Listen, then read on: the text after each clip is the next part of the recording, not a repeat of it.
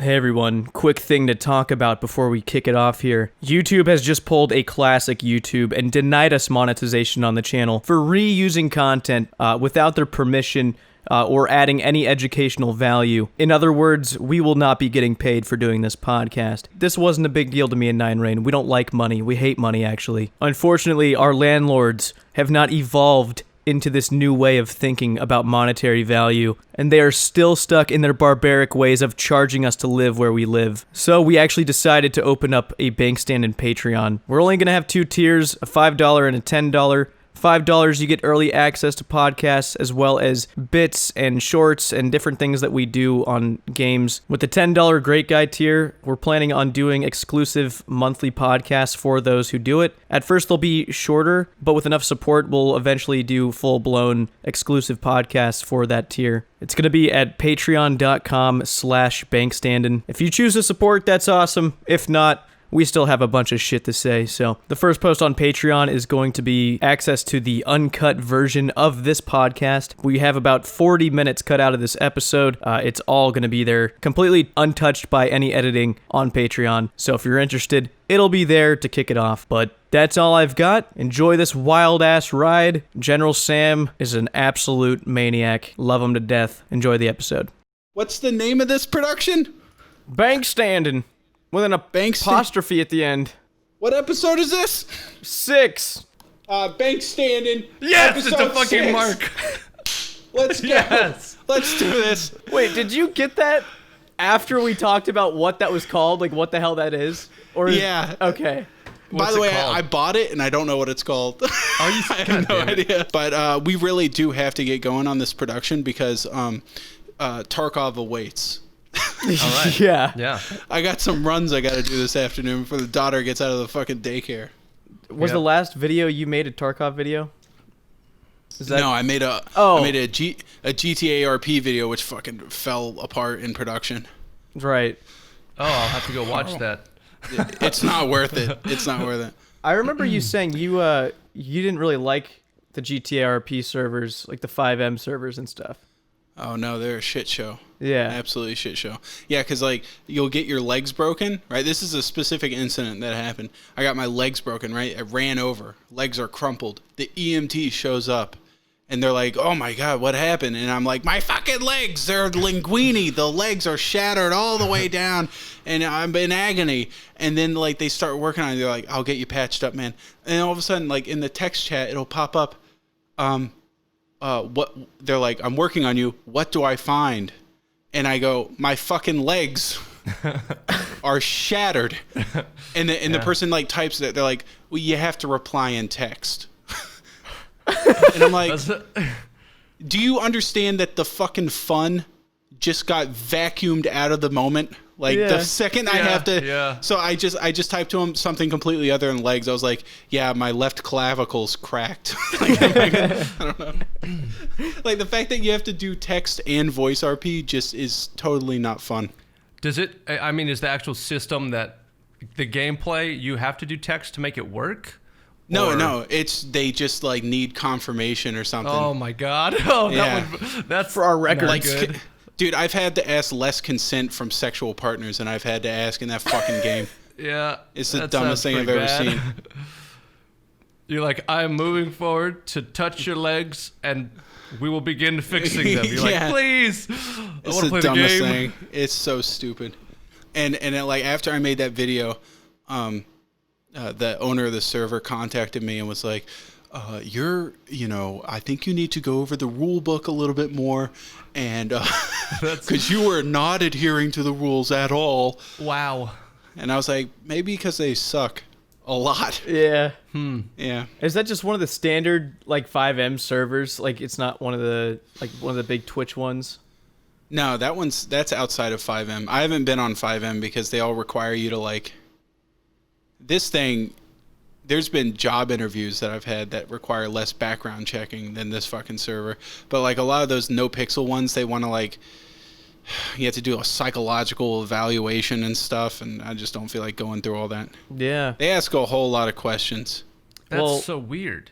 I remember trying to install it and it was like, I had to download TeamSpeak 3, which was like the weirdest thing. I have not done that in years, and I Yeah. needed to install like all these plugins for it that like did voice like the vicinity thing, like how you Yeah. used to have to do it for the old like Arma mods, like all the like huge co-op, raids on cities. Like you'd have plugins on TeamSpeak to like hear each other, and they did that for the RP server, which I got, but also it took like 2 hours to set it up just for the server to like barely work.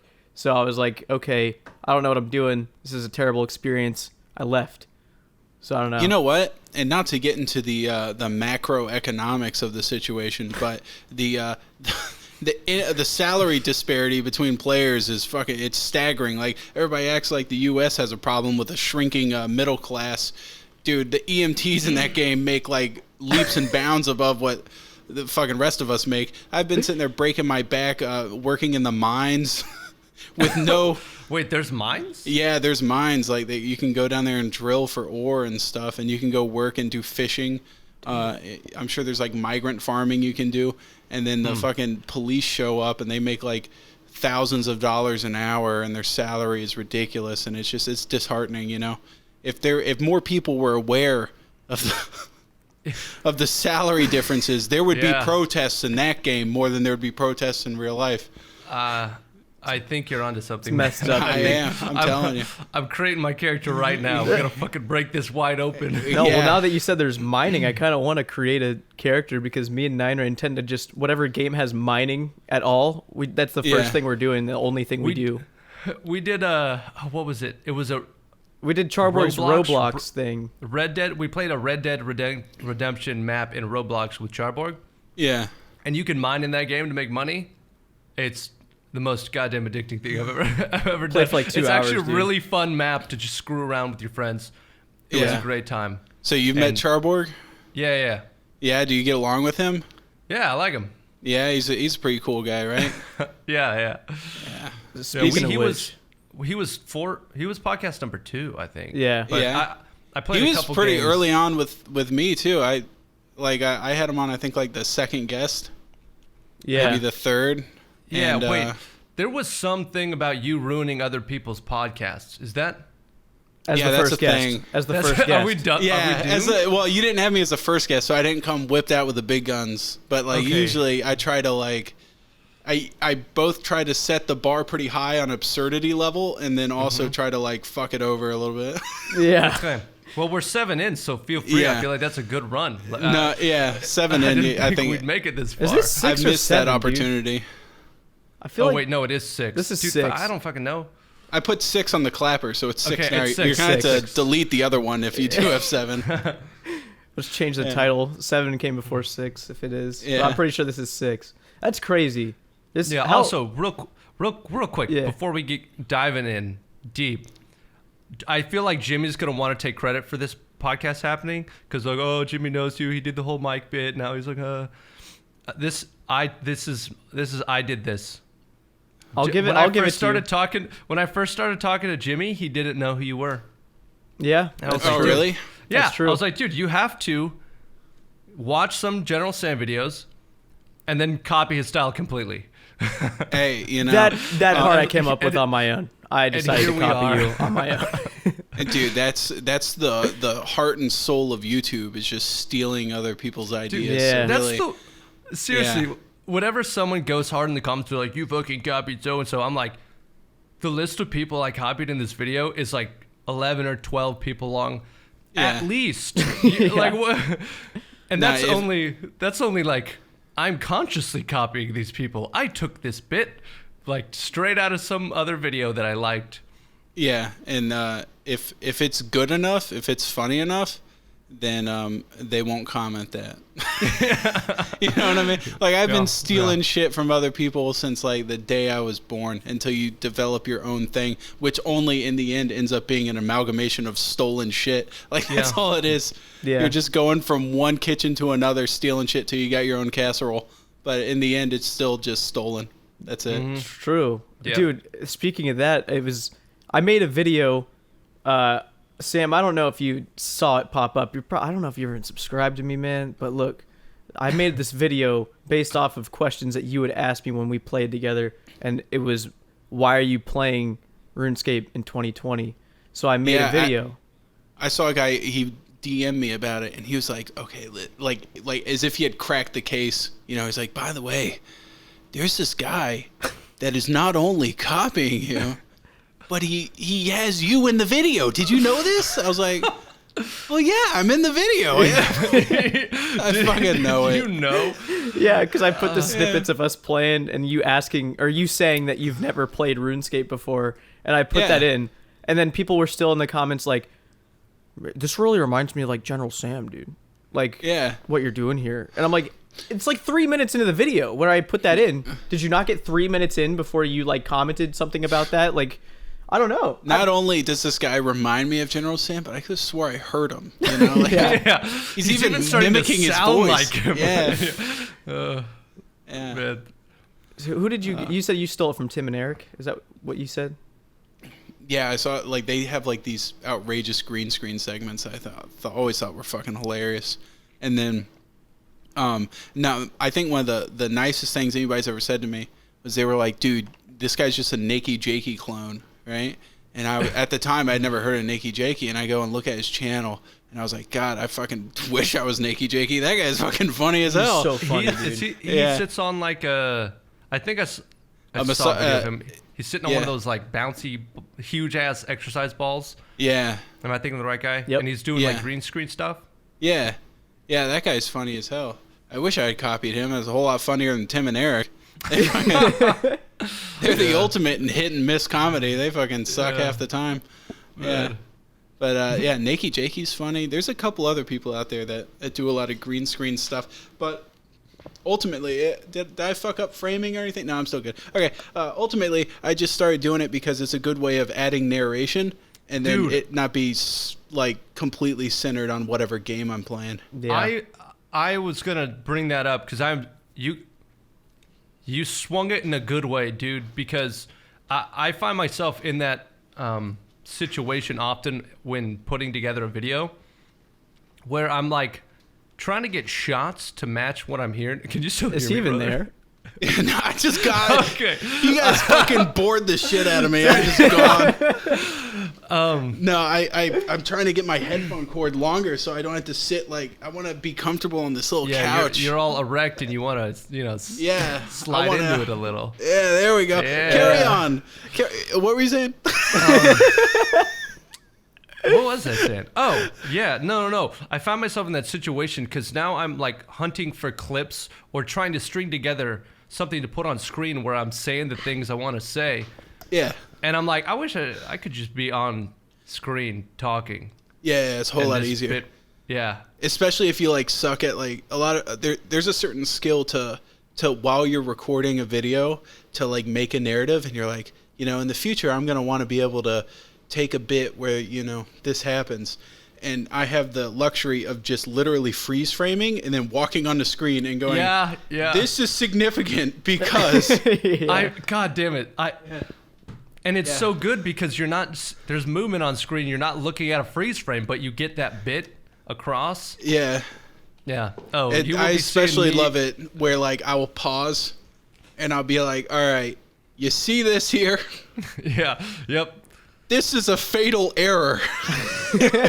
You can see it right there, and like pointing it out like I'm fucking John Madden. I've been wanting to get a projector and actually like draw on screen.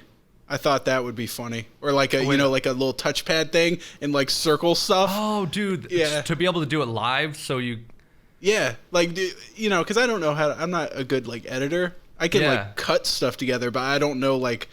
I've opened up Adobe After Effects once and I like cried because I couldn't figure it out. I thought I was too stupid. So then I was like, I closed out of that. I pay for the whole suite, but I basically stay on Photoshop and Premiere. But I want to be able to like pull up a map or something of like Tarkov and like draw with like a pin live on the thing, like a route.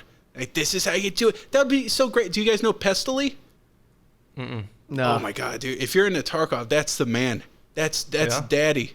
He will show you everything you need to know. And maybe I've seen a Pestily video then because I browsed Tarkov on YouTube enough that maybe I've seen him. How do I stop fucking dying all the time? Yeah, if you type that in, it'll pop up with one of his videos. He's like #1, dude, and he's kind of like an Aspie, I would guess, because he lives and breathes Tarkov. That's all he does all day. But that would be great for him to be able to like draw on the map like where to go and stuff. And I thought that would be great for like do some sort of comedic bit with that. Yeah, the only way I've pulled off a bit like that in a video is I pulled up an image in Paint and then just screen capped Paint and drew on it.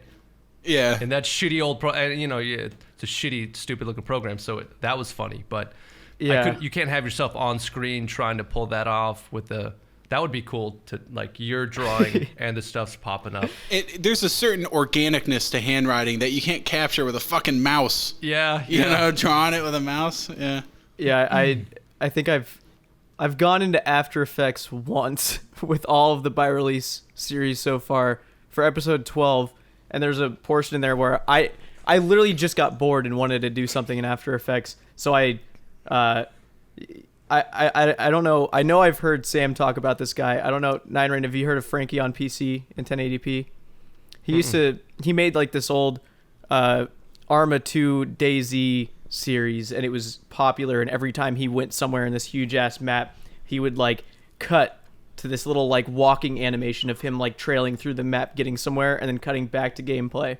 And it was like Indiana Jones when they're like, oh, off to Egypt, and then it would show the map. The little plane arrow flying. Yes. Yeah. And he would do that. Yeah. And I did that for one thing. I looked up a simple tutorial. The tutorial was like 5 minutes long, but it took me like an hour and a half to figure it out. 4.5 hours. Yeah. It was terrible. And it was literally just one segment of me walking somewhere on the RuneScape map. And then I was like, I'm never doing that again. That was terrible. That took so long for that one little thing. I hate After Effects. I was really wishing do the for one exact of those. same thing. Yeah, I was wanting to just fucking draw somehow. That was all I wanted to do. Yeah, that guy, dude, legendary, man. And his name is Frankie on PC's name is like, you never hear it anymore. And he was like the Mac Daddy at the time. Yeah, Is he old school? Like, has he been doing stuff for a long ass time or what? Nah, he quit because I think he got like a real job. Yeah. Oh. And then people were catching on to the fact that he, I think the pressure built up on him where he was expected to make these grand, cinematic, over-the-top, like based on skill kind of videos. And I think he was just like, this is taking so long. I could just easily fake it with the amount of money I have. And so he there's a transitioning point where he starts to like pay people to, I think. Yeah. Yeah. There's like a ton of, there was like this era of like, rather than looking at the production value and looking at his stuff as entertainment, which is what it was, to let's try to frame this guy as a cheater and just kind of ruin his whole facade. And it's hilarious. This is sounding really familiar. I feel like, Jimmy, I think you told me about this. Probably at some point, yeah. A long time ago. Yeah. Because it had to do with, I linked it back at some point in conversation. I don't remember when, but I linked it to the whole Freeman's Mind thing of how, like, he goes in and, like, it's pre-recorded gameplay, and then he writes the story, narrates over it as if it's, like, his mind happening. And, like, clearly he's not doing live commentary. And that used to be a big deal if someone was not doing, like, live commentary and they, like, scripted it. People were like, what the fuck, dude? Like, what is this all about? You know, rather than looking at it as entertainment. Yeah, it used to feel real disingenuous. Okay. By the way, let me, there is a heavy difference between someone obviously doing something that's, like, entertainment related, like Freeman's Mind. Yeah. You know? And then something that's supposed to be live. But there's another thing to be passing off a premeditated storyline as a spur of the moment type thing, right. which is completely what Frankie was doing. Right. He was relying on the fact that as an orchestrated storyline, not that impressive, kind of impressive, but the fact that that happened on the fly. Yeah. Oh my God, that's incredible. That's a groundbreaking thing. Yeah. He passed it off to make it bigger than it was. Right. I wouldn't ever even attempt. I feel like that'd be impossible. Like, you'd have to, I've been, you know, like, I think there were a couple of things where people in my videos have said, like, hey, are you trying to fucking, you lie about this kind of thing? I'm like, dude, I wouldn't dare lie on YouTube. I'm not that good. Like, I'm not clean. I do this, like, that, edit and that voiceover took like 10 minutes, I'm not trying to pull a fast one on fucking YouTube. 50,000 people are sitting there like, you know what I've done is I've actually done that where I've like made an edit where it made me look better than I was.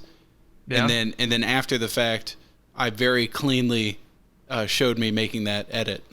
That's good. That's fucking good. I was like, because I did because I was playing with Cotton and he was like, he's a Tarkov guy, and he was like, hey, look, there's a scav, you take it out. I was like, all right, and I do like a 360, and I fucking hard scope that motherfucker from like a mile away. And then like as we're walking away, I was like, man, wait, hold on, I'm gonna go back and do a 360 so I can edit it in there. And then I was like, and after I did the 360, I was like, all right, now Cotton, you act really excited as if like I did that on the fly. So he did it, and then I think I remember that. Yeah, I mashed it all together. Yeah. Yeah, because you showed yourself saying that to Cotton. Yeah, in the video. Yeah, that's good. Yeah, because like on the fly, if you're not paying attention, it actually looks like I did it. But then once you go back and look at it, you're like, that's obviously all cut and fucked up. That's it looks horrible. It's not even well done.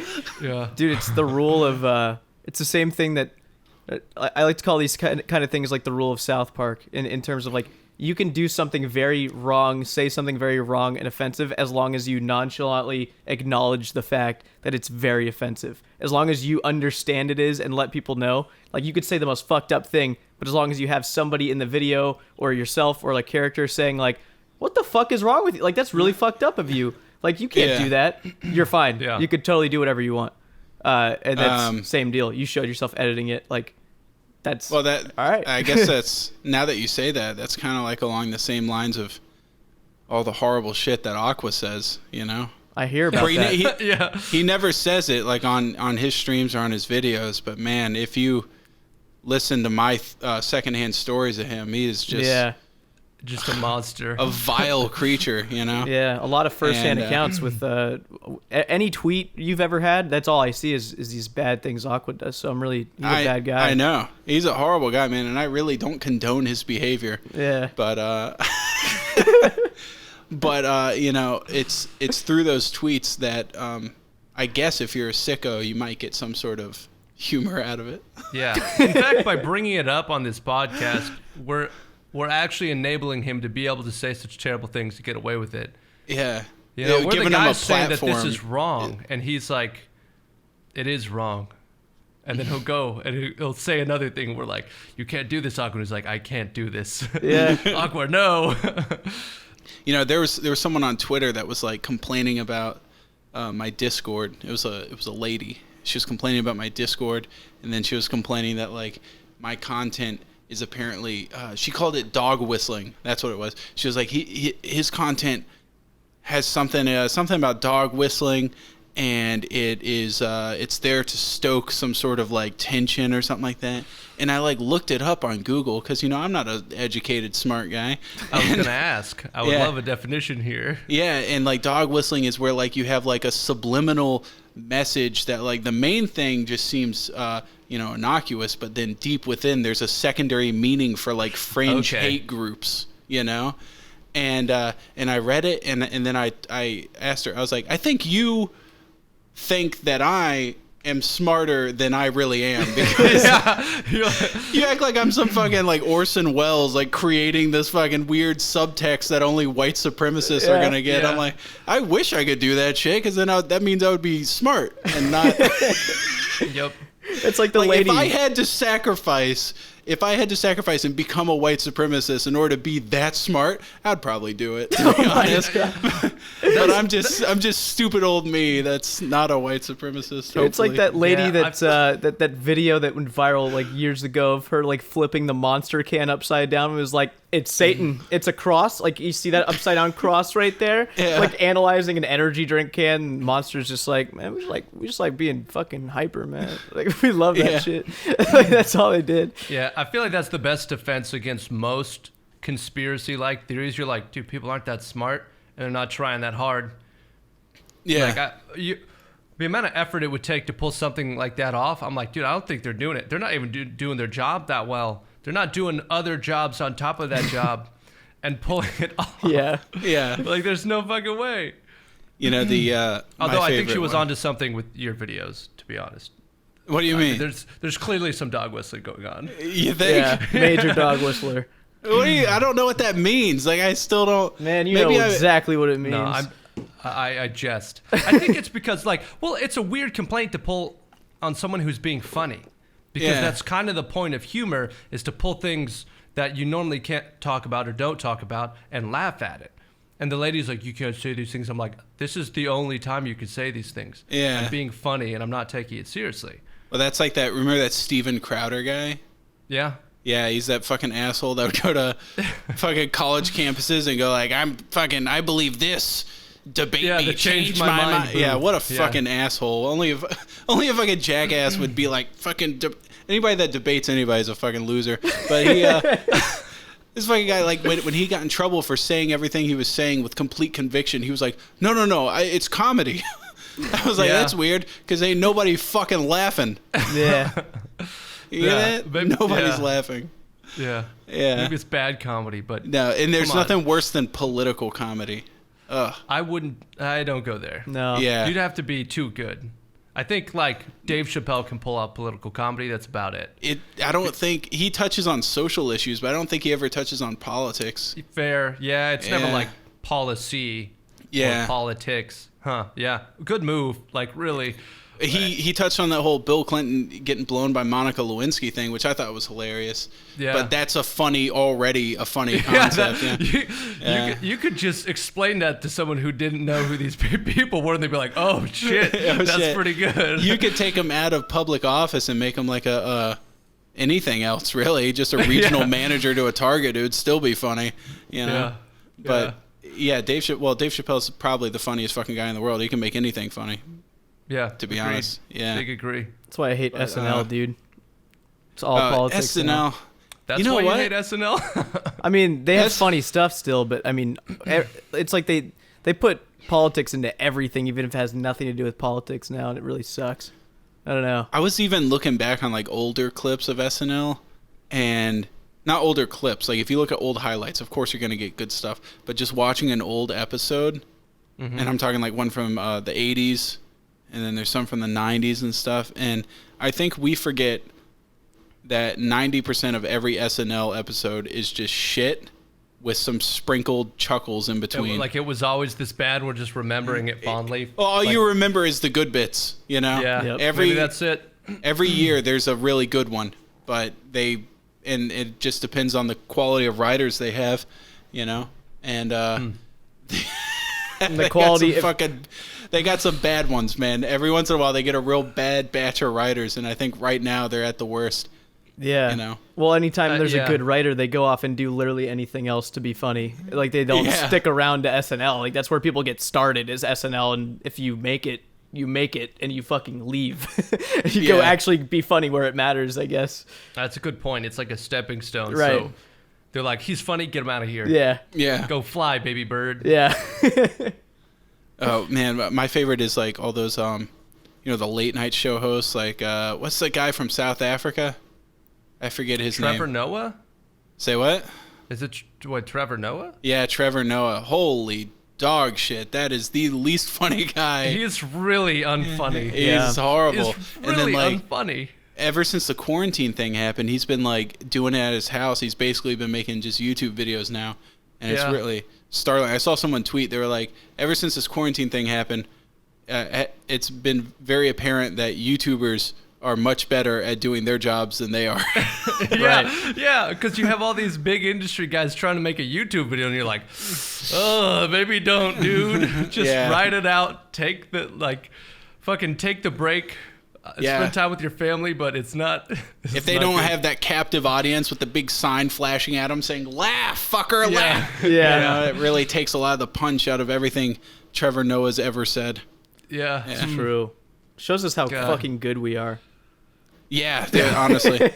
And I think it's our job as YouTubers to just hover above normal people like gods. Right. And just judge them on their comedy. And yeah. Yep. If only there was a way that we could execute the unfunny ones, you know? Take them out. Take them out once and for all. Yeah. I just see you looking off, just like, how can I actually do it? Yeah, how can I do this? How can I pull that He's off? staring off, not unlike the guy right behind him in the poster. Yeah. Like, you Wait, just need an which eye direction patch, is he dude. looking? He's looking this way. Yeah. Yeah. Just Yeah. black out your left glasses thing. Yeah. But what the fuck was I gonna talk about? Oh yeah, you said you didn't like talking about politics. Let's talk about these protests. How do you like those things, huh? Man, That is a hot button. That's a hot button. That's a hot- fucking, Yeah, it burns. I saw something fucked up, dude, because I'm on the side of the protesters. I think there's nothing better than burning down a fucking Target because they wouldn't take back my return after I just bought it the day before and they brought it back. They're like, Okay. no, sir, we can't take this back. Yeah. And I was like, I want to burn this fucking place down right Yeah, now. You're like, if I had a pile of bricks Yeah. conveniently placed next to me, you bet your ass. You bet I'd your be ass I'd burn smashing it this down. thing. Yeah. And yeah, so I was like looking at these protests going on and completely on the side of the protesters. I think that's a wonderful thing because I would love to get away with stuff but there's cops. You know? Yeah. You know what, dude? I was thinking about it like this. This is like one of the worst possible movies, right? But in it is a very good lesson. And Okay. have you ever seen Men in Black? Yes. Yeah. Okay. Yeah. All right. Well, a powerhouse movie, Oscar caliber. Mm-hmm. There's a scene where after Tommy Lee Jones talks to Will Smith and goes like, "There's aliens," right? And Yeah. Will Smith goes like, "Oh shit! Why all the secrecy, right? Why don't you just tell people? They're smart. They can handle it." And Tommy Lee Jones goes, "No, a person is smart, but people are dumb, stupid, wild animals, and you know it. And that is that is the most true thing." That was in Men in Black? That was in Men in Black. And then he Dude, sits young on the me park didn't bench retain all that. night while he's talking about, like, he's thinking about joining in, you know? Mm-hmm. And, like, watching these protests and stuff, if you take one person and you pluck them out of that burning Arby's and you and you talk to them, I'm sure that they have good intentions. And I'm sure if you take a cop and pull them as they're clubbing some man to death on the sidewalk, if you pluck them out of there and talk to them, I'm sure they have good intentions and they got into that, thinking that they were protecting and serving. But then when you put someone on a side and you go like, this is your adversary, they're naturally, it's like it's the same reason why you can take some cornbread, beautiful boy next door from Kentucky, right? You take him and then you drop him into Vietnam circa 1964 and he goes and fucking like rapes and kills a village. And then he'll come back to America and live a perfectly normal life. It's the same exact thing. Yeah. Like if he just stayed in Kentucky, he would have never been a raper / murderer. But it's the whole, there's a weird mentality to putting people together and saying, there's the enemy, go get him.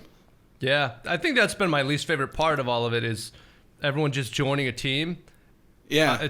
And being all like tribalistic about it. It just fucking sucks because then everyone on you're just trying to win. That's why everybody should just play Tarkov. I think It is a solo thing.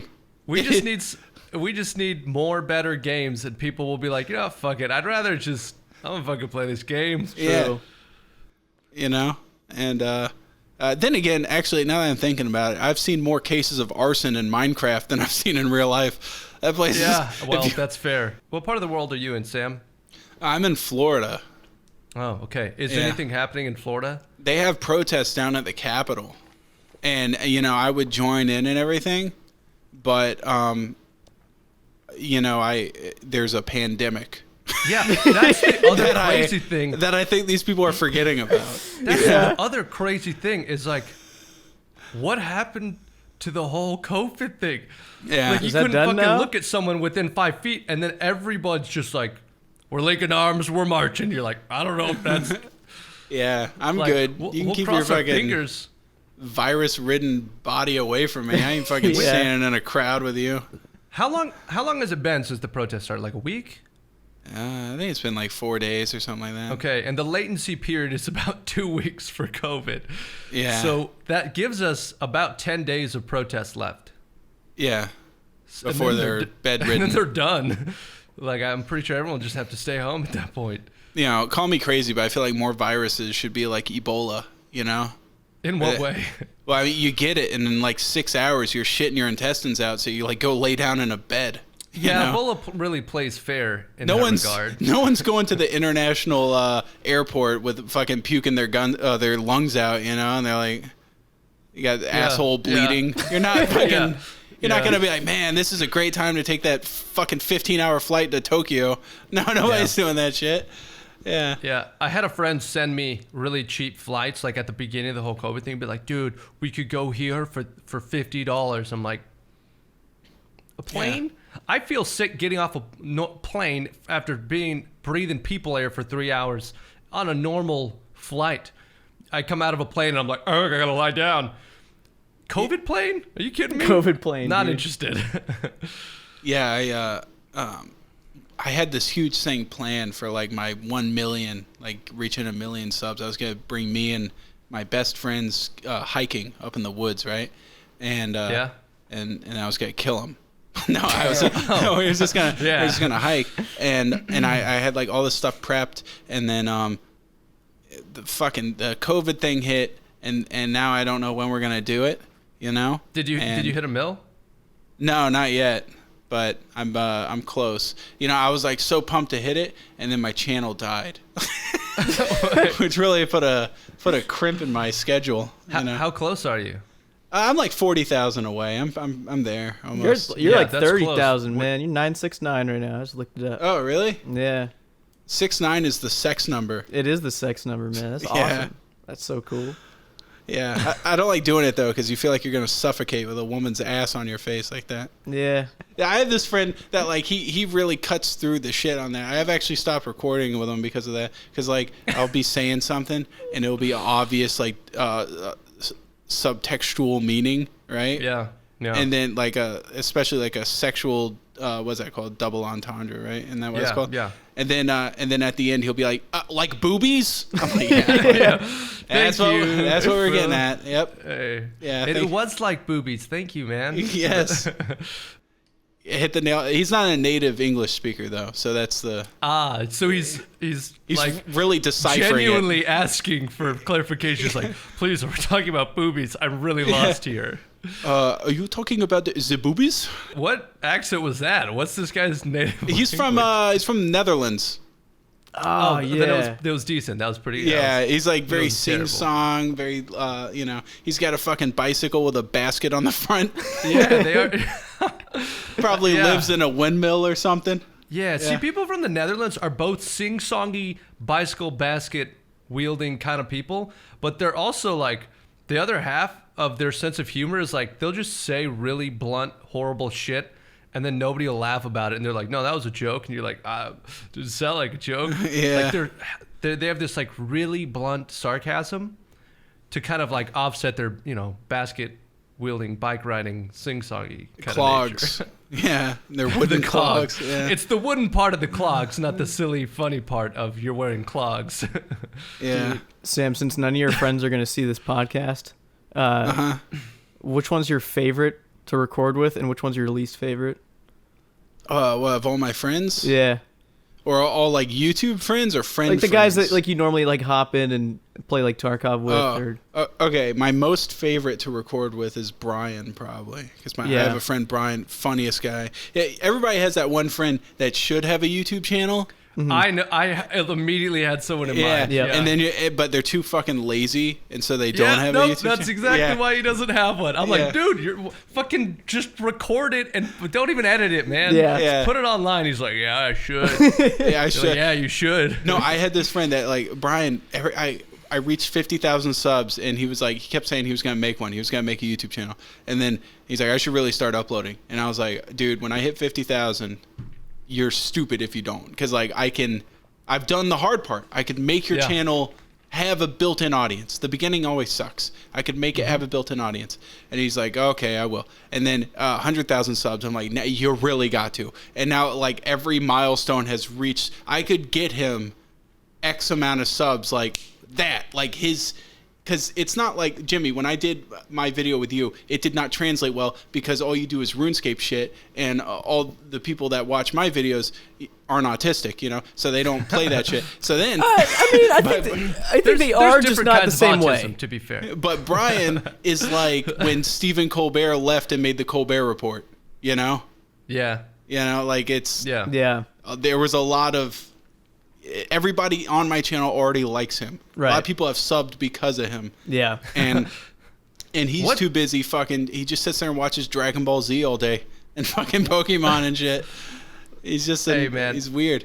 But my most hated is Steve. So an old friend of mine. I've been playing with him for like 10 years. Me, Brian, and Steve have been friends for like a decade.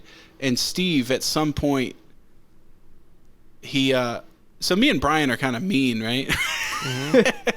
And we'll bully him a little bit. You know, we bully each other, right? But we bullied him to the point where he like left and made like RuneScape not RuneScape. What's another dorky ass the equivalent game? Guild Wars. It was He went and played Guild Wars for a while because he's kind of susceptible to that MMO fucking gameplay loop. Mm-hmm. And he ended up playing Guild Wars 2 for a long time, and he made his own circle of friends. It was the worst of the two. And like this new circle of friends, they were like nice people that are like patting him on the head and like, oh no, yeah, you can't come back. Yeah, it's just too hard of a. You're a good guy, you know. You know, you're capable of great things. And then he would come back and talk to us, and we're just like, you're fucking nothing, and you're always gonna be nothing. Yeah. What do you call him? Anyway, so he comes back and he's been nerdified. You know, we play video games for a living. We're pretty fucking nerdy. But this guy is a whole nother level. And it doesn't matter what we're doing. We could be in the middle of making some funny ass video with some funny bit going on something. I'll give you an example. We're playing that Skyrim together, right? We've been playing that. Yeah. We're in the middle of having this funny ass bit about like what everybody's doing and stuff, and we're like focusing on this one thing. My friend Brian suplexed a child and killed it. Gee, is there like a child killing mod? Yes. Yeah. Yes. Yeah. And I need that. And he was like 100% like hand-to-hand combat, so he was suplexing kids, and we're like laughing about it, and Steve just interrupts the whole thing and just starts going, actually, I think I need to get some Magica potions, because Magica potions will help me do my alteration skills, which really boost our combat. And I'm like, dude, you're that fucking fat guy with the Cheeto dust on his belly from South Park. You're that guy right now. Yeah.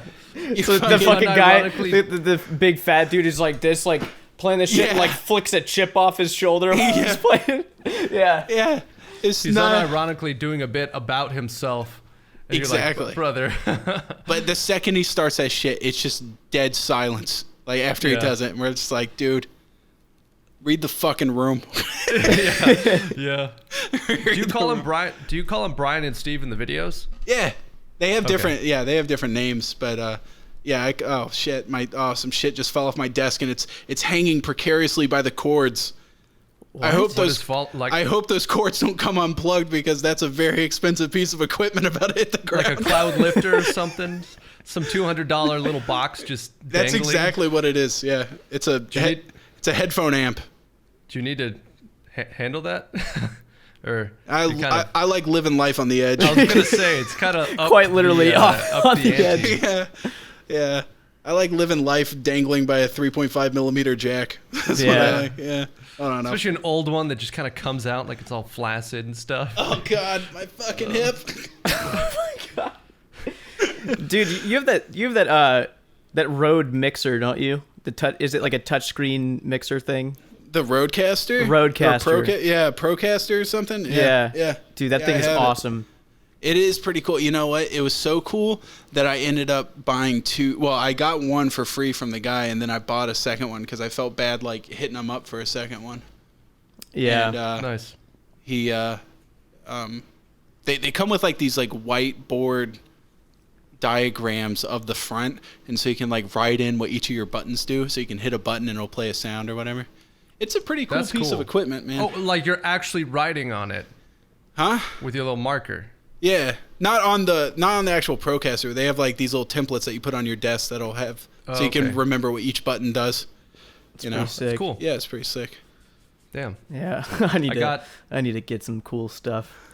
I pretty much just have what I need to make this mic work. That's about it. Yeah.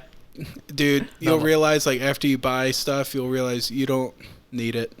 I've bought a lot of stuff like that, so I kind of stopped buying it. Yeah. I got a lot of shit sitting around that's expensive and doesn't do a lot. I could totally operate. A lot of with this people. shit. A lot of people sit there and go like, man, I need this much money to start like making YouTube videos because this, and this. And first of all, like making YouTube videos, it's a hard thing, but if you have a novel idea, it makes it so much easier because ideas are like the 90% of it. They're like the lion's share. Yeah, that's the hard part. But like, I've bought all this stuff and my videos have not gotten funnier because of it. Yeah, I know. It's pretty much for you. Yeah. And like you like your videos better, but the average person, they're like, they don't Just fucking quality care. of life, They dude. don't- It a little bit, yeah. I think the biggest bang for my buck is that fucking the green screen thing that I bought the where you pull it down. Yeah. Yeah, Yeah, it's because pretty then I dope. don't have to set it up. You know, like set up the green screen and everything. I just bolt that shit to Yeah. the wall and let it down. But honestly, name one other business where you can spend maybe $1,500 and start. There's no overhead. There is no overhead as a YouTuber. Yeah. You know, even a fucking lemonade stand has some overhead. You gotta buy the lemons and the water and the sugar, and fucking 6-year-olds run that shit. You know, like True. Yeah, I mean, the amount of free programs and free music and free editing software and whatever, you could just kind of do it. yeah, it's honestly like the best business in the world. Being freelance, anything, or I guess where those people that are like they call themselves an entrepreneur. I'm an entrepreneur, you know. Yeah. Yeah, it's the best lifestyle. My boss lets me whack off whenever I want. It's pretty nice, you know. Nice. If I need to release some stress at 2:30 after editing all day, then by God, I'll do it. You know. Is that okay with you, boss? Sure. Let's go whack off together. You're like, yeah. oh. Man, I just want someone to do my fucking taxes for me. I had to do that for the first time of paying taxes. I always that sucks. got taxes back, dude. It's the first year I had to I pay actually them. have a CPA now. It's really nice. Yeah, dude, I need a CPA. That is fucked. People like that exist, Jimmy. And Okay, they're let worth me- the money. Let me tell you something, Jimmy. Go Let's ahead. do a taxes segment. Okay. Yes. Taxes segment. Taxes All right, segment. Yeah. Okay, find a CPA that is young. Yeah. That is your first step as YouTube guy, because that just skips a whole lot of questions. Yeah. You don't tell them you're a YouTuber. You tell them you're an independent contractor from Google. That will skip out a lot of questions. Okay. Then all your shit like merchandise, Twitch, podcast patrons shit, all that should funnel into a business account or a PayPal that then funnels into a business account. So then you can give them statements from your PayPal, Yeah. statements from that business account, all that shit. Like when that shit hits your business account, you just leave 25% of it every month in there, and then you take the rest, put it into a private account, and that you spend that, and then at the end of the year you have this huge lump sum that you use to pay off your taxes. But then you're gonna have my issue where I send in my stuff to my CPA and they look at it and they go, Jesus Christ, this is a fucking bee's nest. I ain't even getting into this. Yeah. Yeah, dude. I have 2 CPAs that won't return my calls. Because I have sent them everything and they're just like, what the fuck? Yeah. What is all this? Yeah. Because I got like, dude, there is easily like 50 different documents in there. Yeah. From just like doing sponsors and having like the merch thing. PayPal is just like a clusterfuck. Yep. And the IRS keeps coming at me and they're like, hey, you need to pay taxes on this. And I'm like, no, motherfucker, I've already paid it on that. And I thought the whole point of a CPA is that like they do it so that when the IRS comes to rail me, I have them as like a bulwark, you know, they can sit there and go up to bat for me. Nope, they don't fucking. They're like, dude, I didn't even know what the hell I was doing with this thing. This thing's fucking complicated. You're gonna have to- maybe don't hire a young CPA. Maybe like a middle-aged CPA. You dodge some of the questions, No. but they're like good at their job. Well, the old ones don't like get it. They're like, they just can't wrap their fucking head around. Because I'm like, you know, when you go home and you sit down on the couch next to your fucking husband you hate, and you sit in front of that plywood box and watch TV. those people get paid the exact same way as us, but 10 times more. Yeah. Yeah. Yep. And they do probably less work because they have editors and sound people and all that crap. Yeah. Yeah, we're really the crew. jacks of all Could you trades. imagine having a crew? Yeah. Be like, sound guy, problem, sound guy. Yeah. All right. That'd be nice. That would be nice. I think that's where people like Brian or your guy that's really funny would shine. Every YouTuber has to be kind of, you can't just be funny. You have to be. There's a lot of shit outside of doing a YouTube video that has to do with YouTube. You almost have to be a businessman a little bit. Yeah, a lot of stuff will make you quit because you're like, I just want to make funny videos. But then you have to do like the back end of YouTube and the business stuff and the taxes and all that shit. Yeah. Oh, hey, you want another Linus tech tip for YouTube? Please. Hey. Okay, so I don't like tagging, like meta tagging when you upload a video. Like this, I like making the video, and as soon as I'm finished, there is this mountain of work you have to do before it even goes live. Yeah, it's the worst. And what I've realized is that if let's say you have what's a really pathetic video to make? Okay, so say you have a RuneScape video, right? Okay. And you that one wasn't contrived and predictable. I wonder if he's swinging for RuneScape right here. all right, so let's say you have a Go ahead, RuneScape go video, ahead. and what you don't feel like doing all the tags and everything because the more tags you have, the better it is, right? So you just go look on YouTube and you go like funny RuneScape video. And then the one with the most views, that's the most recent, you just copy the tags and put them as your tags. Are you talking about like right under the video above the title, those tags? No. I'm Or talking the back end of YouTube? Yeah. Okay. Yeah. I fucking steal those things all the time. Wait, you can steal those? You can yoink those off of someone else's video? Yeah. If you get like vidIQ or TubeBuddy, it shows like what kind of tags they have. Yeah. Oh, fucking, I'm and- doing that, dude. What the hell? And on top of that, there's a one button that just says copy tags. Like you don't even have to like drag or anything. It's just one button. You just steal those fucking things. Fucking go to I am so Settled's channel done. right now.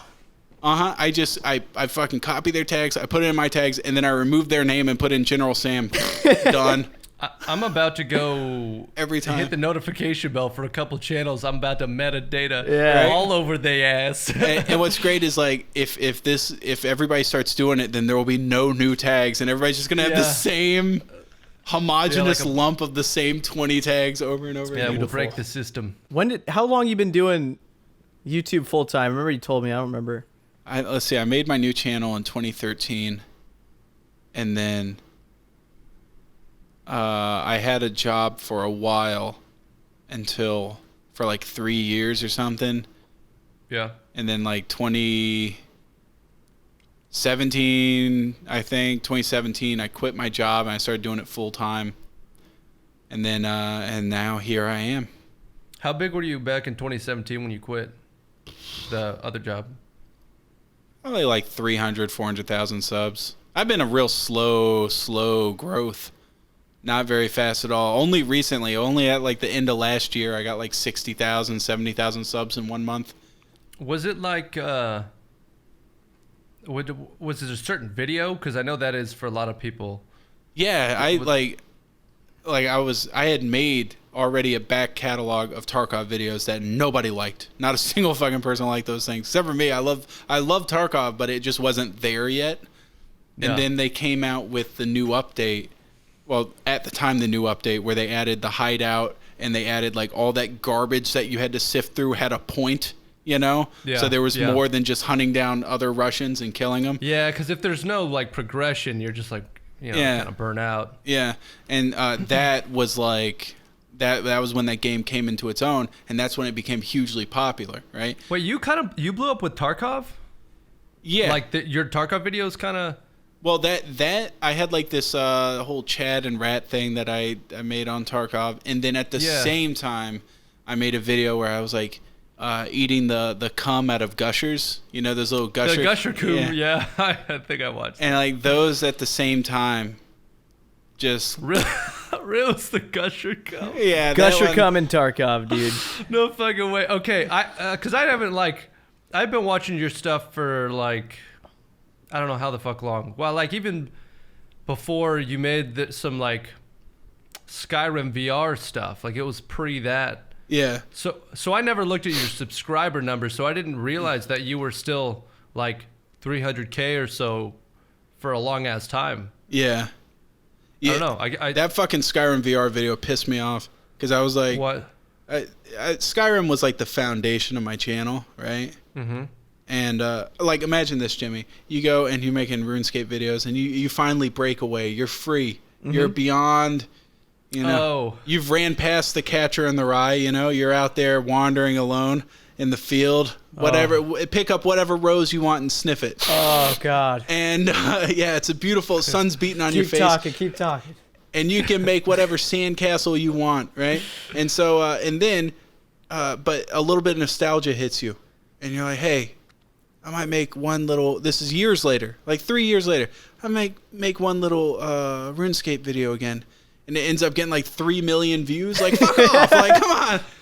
Fucking make me big again off that shit. Yeah. Like, and so then people are like, where's the Skyrim VR? And I'm like, you know, I was that close to fucking deleting that thing. If they didn't update the algorithm where, like, if you start losing views, like, there's this weird perpetual motion machine going on with the algorithm where if I have a video that has that many views and I delete it, then YouTube looks at my channel and goes, wow, this guy lost 3 million views in a month. His channel must be dead. So we're going to stop recommending it as much. Yeah. If that wasn't a thing, I would have John Wilkes Booth that fucking video 20 minutes ago. Gotten rid of that fucking thing. Off my channel. Get out of here. Yeah. That's funny. So are you super tentative about dipping your toes into the Skyrim Together pool? I mean, I made one video on it, and I think I kind of did everything there was to do in Skyrim Together. I would love if there was an Oblivion Together. Now that's a fucking game. It's way more fucky wucky. Oh, it's because that game is hilariously good because of how poorly it's dated. You know what I mean? Yeah. It's so There's ridiculous. A lot of weird. You could just walk around and not say anything and just watch the game play itself, and it was like, it's like that and old PUBG, back when everything glitched all the time, were like gold mines for content because the game just did the most ridiculous stuff of its own accord. Yeah, I remember I made an entire video based off this was not the intent of this video. It was just spur of the moment. And it was these two brothers that were long lost, like they were separated at birth or something like that. And this is in Oblivion, by the way. Mm-hmm. And like you do some mission where you're like, hey, I found your brother. He's over at this place and at the old family estate, and his name's Gilbert or something like that. And Gilbert's like, oh, okay, I'll go meet him. And I was like, I've always loved doing this in games, especially like Fallout, where you see like a group of randomly wandering people that are friendly, and you just follow them, see what they run into, you know? Yeah. And so I'm following Gilbert, and I realized like halfway across this journey, he has to go all the way across Oblivion. They expect you to just fast travel to his house, and he shows up. And but he like walks, he's going over there, and in order for him to make it to the place, they make him indestructible. And so and he runs across everything on the way. And so I make this entire video about him being like this fucking Terminator going to kill his brother and like replace him in his life, you know, like a Silence of the Lambs, like cut off his face and wear it kind of thing. And like he is just going ham on everything. It doesn't matter what it is. There's a group of 10 people. He starts showing up, throwing left and right hooks. I don't even think he had a weapon. They actually have him fight stuff? Yeah, he would fight everything. He got into like 80 fights. And then eventually, like, I'm like, dude, I got to ham it up as much as possible. So I started spawning shit in. And he would fight it. And then he would get knocked down. And then, of course, it would be like quiet. And then I would start playing that orchestral organ music because he would sit up and start going because he would just get knocked unconscious. And like that, there was nothing for me to actually do that. It was just that game just being weird. Yeah. That game was so weird. Good. It's a great game. It reminds me of that fucking sheriff in that video we made that just took like shotgun shells to the face from that fucking dude with the bucket helmet. It was like he was just an indestructible NPC, just fucking fist fighting some dude with a shotgun, like pumping it into his face over and over and over again. That was amazing. Yeah, dude. Yeah, that was amazing. But that video didn't do too well on my channel. Thanks for that. Yeah, no problem, dude. No problem. I honestly, Jimmy's dude, video didn't pop. It's not doing too hot. No, they fucking hate Jimmy. yeah, everyone hates me, dude. Oh, well, It's no, I do, dude. I didn't even like. I didn't ask how you were framing that video or anything. I was just like happy to be playing anything else, and just like enjoying it. That video, much like a lot of stuff I do, had bigger hopes and dreams in pre-production. Right. You know what I mean? Well, we struggled with it because of like just all the things that we had to accomplish beforehand to get the ideas down, and then of course Red Dead's one of those games where it's all like RNG in terms of NPCs around you, who you're gonna run into, like player wise, and then there's just so much at the end of it. It's like, how do I make something of this? There's no way to like really pre-plan a Red Dead video. You just kind of have to like play and see what happens. Yeah, I don't know if you if you saw the video or not, but it was like I did. Yeah, you did. Like we had I had a bunch of them written out. It was like all these premises for us seeing who was the better cowboy, who deserved to have the persona of Mike Guy in front of green screen, right? Yeah. And one of them that we tried for like hours and we couldn't just get it right was what we were going to have was we were going to come across a damsel in distress, old cliche from the Wild West, and there was a woman tied up on the tracks. And then it was going to be shot with her in the background in between us and then us face-to-face arguing, right? And we were going to be like, no, I deserve to do it because I'm going to do it like that. I'm going to save her by riding up on this hill and swinging down with my lasso and swooping her up under my arm and then ride away into the sunset. And then Jimmy was going to be like, no. You don't know what the fuck you're doing. I'm going to ride by real low on my horse. Just and then I'm going to reach down and grab her by her hair and yank her, throw her on the back of my horse like Legolas. And then like as we're arguing who should do it, like the train just comes by and runs her over and fucking kills her. And we just keep arguing because the point isn't this woman's life. It's just who's the better cowboy. Like we have no regard for the fucking woman. Yeah. And you're like, oh fuck, we need another one. Do you know how hard that is to set that up? Not only get a woman, hog tie her, put her on the back of your horse, find a stretch of railroad, but not only that, but getting the fucking railroad, like they only sit roped up for like 4 minutes before they break free. And the trains come by like once every fucking 2 hours. Yeah. And then if a person rides by, they're out in the middle of fucking Montana and somehow they're able to go, oh, sheriff, they're over here. And like the entire fucking marshal service is on us in like 2 minutes. It was traumatic, but that would have been a great segment. Yeah, dude. I was gonna say, like, as you're describing it, I'm like, I don't remember this. No. I guess it didn't make it. Yeah, it didn't make it. I think we had waited at one point for like 35 minutes, so, like just waiting there in like it was like a dark area, repeatedly lassoing her. Yeah, because they break free after every like 2.5 minutes. Like they'll just like and then you gotta nail the bit the one time you get it. Oh no! I had already planned on we would just dub that. Yeah, everything. We would dub that. Okay. I just wanted the shot of us face to face and then the train hitting her. Yeah, that's all I was going for. The arguing would happen afterwards. Dude, yeah, I remember being like, this is going to be a funny bit, but like all I could think about was this is going to take like an hour to set up, and we never could do it. We couldn't find it. For a 30-second thing, yeah. There was a couple other ones too. Like that video, just like I just made it was supposed to be like a fake drive video for GTA RP. Both of those, I had so much planned, and then it ended up just not coming together. Like the clips when you recorded them just didn't No, what it is like for the drive thing, Tarkov wiped, and I was like, I don't fucking care if I spent fucking $500 and something on a bunch of equipment for this fucking video. Oh my God. I'm getting this shit done with so I can play some Tarkov. That's what's going to happen. Because that video was supposed to be much bigger than it was. It was supposed to be this, like, I was supposed to have all these different clips and stuff. So I just made it into this, like, why this is falling apart type video. Like this, my idea was this, and it fell apart. And I just ran out of time because I also had a sponsor in it, and the fucking lady would not cut me any slack. She was like, "These people need to know about shaving right now." Wait, who was the sponsor? Instant. Dollar Shave Club. She was like, by the end of the month, these people need to fucking know about. I'm like, why are you guys? I don't have facial hair. Like, why are you I can't grow a beard. I am not your target demographic here.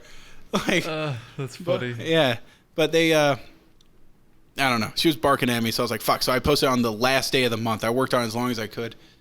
And same thing with your video. I think like it had been like a week and a half since I'd uploaded. And I was like, fuck, dude. And it was supposed to be a much longer thing.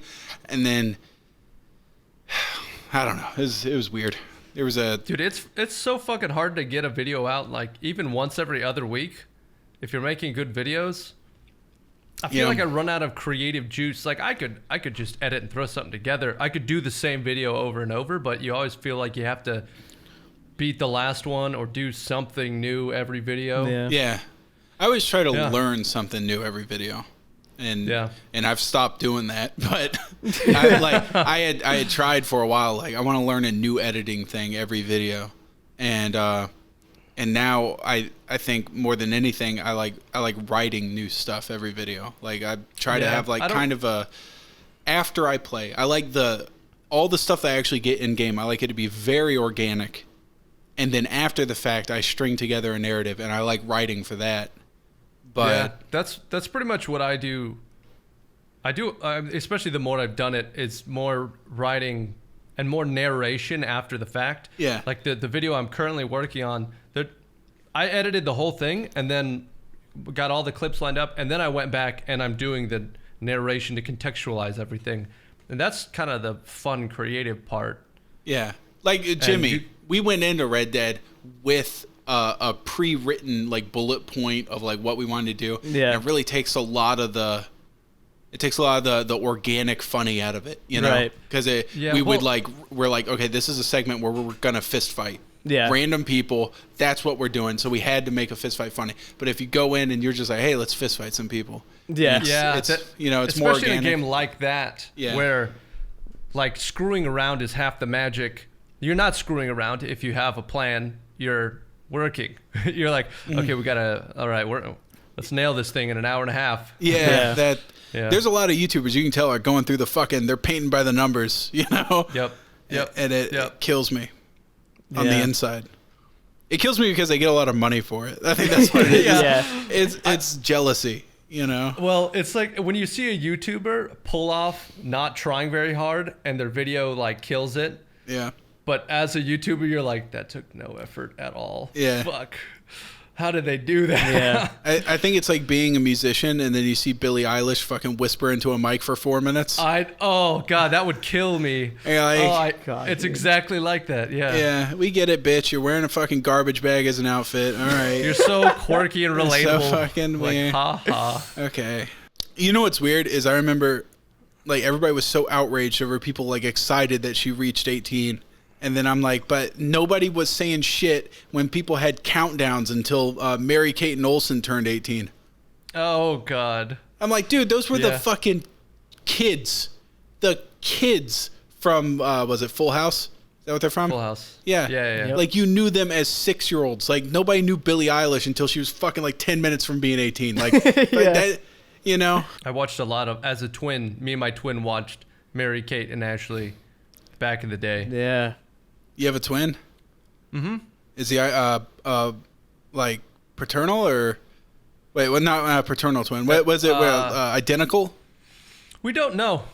You have to get I think you have to get blood work done. We look enough alike that it confuses a lot of people, but we look different enough that I've never been confused myself. So. Well, duh, you're you. I mean, I did call myself Adam once. Like weird. I don't even know why I was trying to refer to myself in third person in the first place. But then on top of that, I got the name wrong and was just like, okay, so if you have like a picture side by side, there's like subtle differences. Like you would not be confused now that we're 28. Oh, okay.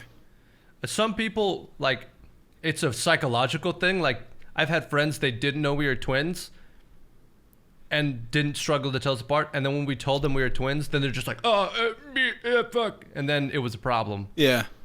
So, I mean, just face value, we look different enough that maybe we'll get them on the podcast and then everyone could see. You guys ever whack off together growing up? I remember I was on Discord and people were getting all homeschooled and stuff because of the quarantine, and I was asking this kid that he was like, "Oh, I've been homeschooled my whole life, so nothing's changed." And I was like, "Oh, you got any fucking hot teachers?" He's like, no, I don't. No. Dude, your Discord's a scary fucking place, man. It is. Is it bad? You know what? I don't even. I'm not like. It sucks because part of me realizes that yes, I started it. Therefore, I am responsible for it because my name is on the stupid header. But what a lot of people don't realize is that I am not liked in my own Discord. It is outside my own realm. God. If I join a random room, like half the people are like, this fucking guy, like get the, like they're not, and there's some people that are stoked to meet me until they meet me and then they're like, I don't like that fucking guy. So yeah. They're like, dude, you were funny in the bit you chose for your video, but you're not funny like that funny. Yeah. And so they're like, you're drunk, belligerent in the call. Never meet your heroes, kids. You're right. But they're like, what the fuck, man? Yeah, dude. Sometimes I'll like click on your icon and it'll just bring me to like the general like chat, and I'm like, oh fuck, I don't know what I just saw, but I didn't like it. Like I don't know what I just like walked in on. But it's always like controversial, derogatory shit, and I'm like, I will never type in here. I will get fucking ripped apart. I can't. It's brutal, man. And I actually tweeted about this. I was like, everybody in my server is either super right wing or super left wing. Mm-hmm. There's no middle ground. Yeah. Nowhere. And they're either just like these just horrible people or these horribly lazy people. Like there's no middle ground. And I'm like, and I'm sitting there, you know, I'm a radical centrist myself. Yeah. And I'm sitting there looking at it like, what the fuck is wrong with you people? And I think someone pinned it down and they replied to my tweet. They were like, dude, it's young people, lack of life experience causes political extremism. Like if you have no life experience, you haven't gone out there, you haven't had a job, you haven't had to deal with a shitty boss, you haven't accrued any wealth yourself, you haven't I don't know, done anything with your life, it's very easy to be pulled towards extremes. Especially especially communist shit, because it's like you're at the beginning of your life, you get out of high school and you're looking up that hill of life and you're like, well, that's a whole lot of work. That's a big hill. But this guy, Trotsky, he's devised a plan where I don't have to do any of that shit. Yeah. And, you know, that I think that's the appeal of a lot of communist shit. But young people still think the world's a good place, but people fucked it up. It's like, nah, it was just bad. Like, you can't just blame people. Yeah. Like, if you just go out in the woods for 3 days, nature will kill you. It doesn't like you. Have you ever seen that video of the fucking praying mantis eating the bumblebee? It is the most traumatic thing I've ever seen, because, like, you know, you see videos out there of like a lion comes up and eats a gazelle by like tearing out its throat, and the gazelle is like and then dies in like 30 seconds. This thing, it's like a 5-minute deal where the praying mantis grabs this bumblebee and just starts eating its big eyes. You know, they have these giant... And it's alive? Oh, the whole time. It's just sitting there going... Wait, bumblebees scream? No, it's... if it could. It just... You can see its mouth emoting. It's screaming in bumblebee. I don't know. It's such a high... It's screaming in just a high frequency that we can't hear. It was... you could tell it was like, dude, if I had a complex nervous system, this would fucking hurt a lot. Yeah. Thankfully, I don't. You know, everybody thinks that police are brutal today, but I haven't seen them hold someone down and eat their eyes yet. Yeah, That's dude. fucking hard. Thank God for society. Didn't we say we weren't going to get into politics? Yeah. Well, we're being... I think we've been fairly safe on this. But back to the bumblebee eating. I just watched it, eyes man. ripped out by praying That was mantis. crazy. I know you watched it. I just watched it, man. That's Wait, were you brutal. just watching Yeah. it? Yeah. Doesn't make your stomach churn just thinking like, what if I was a bumblebee? Yeah, dude, that was fucked. That was actually fucked. I actually saw a lion kill a wildebeest. Nah, fuck that, dude. From about 10 feet away when I was in Africa. Really? So we'd seen this lioness out earlier in the day, and so when we were going back to camp through the area where we had saw it earlier, it was no longer perched up on the rock we had seen it on. So we're like, oh shit, I guess she's guess she's out there getting some meat. And we came around this. I'm on the back of a Jeep, sitting on like a chair in the back. Like they had a big rig that we were up on, and so we came around this road, and I looked down to my left, probably 15 feet away. I see this lioness crouched, and we continue our curve, and then there's a wildebeest like another 10 feet from it. And as soon as we came around the curve in our Jeep, it spooked the wildebeest. Lioness didn't even look at us. She didn't give a fuck about us. She was just like dead eyes stared at this wildebeest. And it was the craziest thing I've ever seen, because this wildebeest didn't stand a chance. It was dead already. Just no fucking chance. The lion casually took like one leap and then just smacked it down with one paw on the side of its like haunch, just boom, laid it out, and then bit it in the neck, and it was just done. It was just done. Huh. That's like the most humane thing to do. It took about 2 seconds. Well, no, it wasn't dead. Oh. The fight was over. So then the thing spends the next, and the lioness is just casually lying there, looked like a dog just sitting on the porch with this thing in its mouth, just screaming for like 3 minutes, and it wasn't killing it. Like it was over as far as the lioness was concerned. It wasn't like, I need to kill this thing, this is humane. And just slowly dragged it off. It kind of watched us for a little while. But we weren't going to fucking do anything. The lioness is like, they're not going to fucking do anything. So then it stood up and just dragged it off while the thing's just like, and then it just dragged it off over the hill. And we were like, what the fuck? Nature. Have you ever seen that video of the panther? I think it's a panther. It just goes up to like a riverbank and just reaches down and like bites this fucking crocodile. It's like a 12-foot crocodile by the neck and just picks it up. Like, I never knew that panthers were that fucking big until I see this, because I am absolutely terrified. I'm not terrified of cockroaches or spiders or anything. Crocodiles and alligators fuck me up, man. I don't mess with those.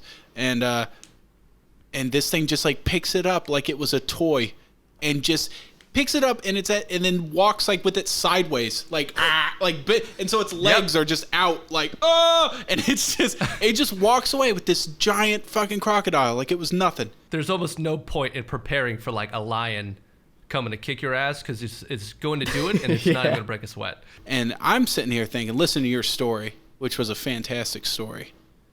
I'm thinking, maybe we can take some other things from nature. And you were talking about how all the male lions sit around and do nothing all day, while the women are...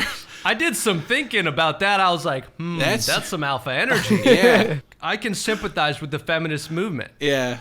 I'm like, sounds fucking great.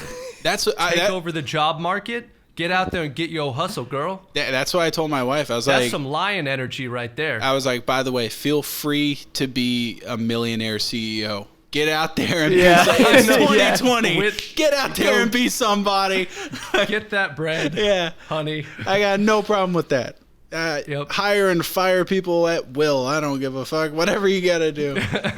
Yeah. Don't think there's any glass ceiling at home. I'm not one of those guys that's jealous. Have you ever seen those people that are like jealous of their significant other making a substantial amount of money more than them? Yeah. Well, you gotta be crazy to swing that gig. Like, what kind of guy can land that fish? Yeah. You know?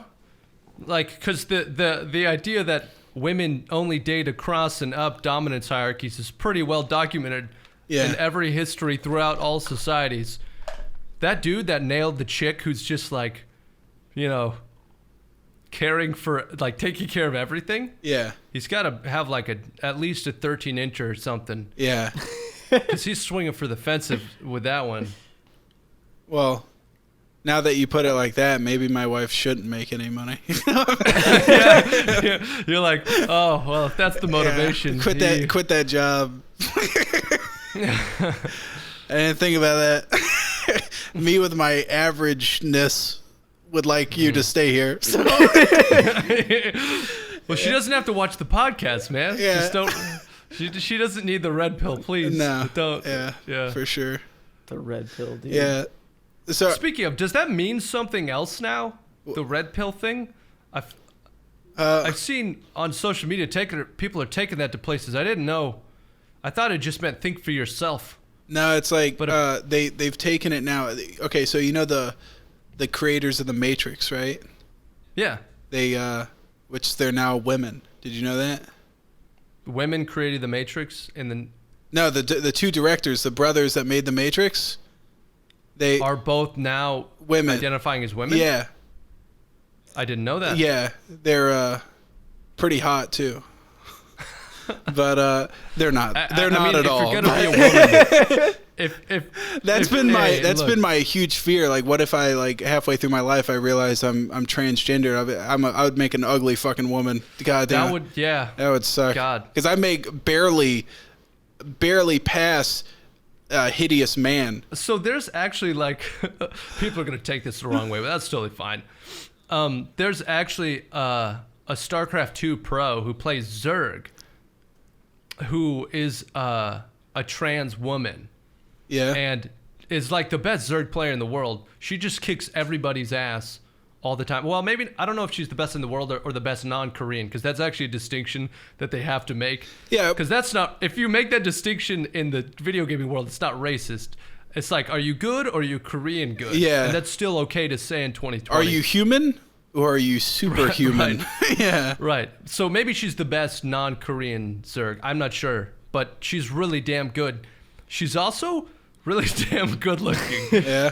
So she got lucky because she could have been like, you just roll those dice when you're coming out of the womb. You know, I think for the rest of the world, I am very happy that the Korean War happened. Because if it hadn't happened and there was a unified Korea, that would be twice as many asshole Koreans that we would have to fight on video games with, you know? Yeah. Yeah, I'm glad they they split their population. The other half hasn't even been introduced to fucking video games yet, because they would, that's a whole nother 25, 30 million people that would be slaying my ass day in and day out. Making me look like a fucking idiot on League of Legends, you know? Yeah. And it's weird because it's not even an Asian thing. The Koreans beat everybody. Yeah. They beat other Asians. They're just like top tier. I don't understand. Yeah. Like, in order for China to be good at League, they had to pay all the Korean gamers so much money that they went to China. Like, that was that a kind thing? of salary's China's winning everything in League now because they bought all the good Korean pros. No way. Yeah. I mean, that's what we did in America with sports teams. Yeah. That's true. But they're just doing that with video game teams. Back to that, the Matrix thing. I saw. Yeah. Okay, so now since they're transgendered, right?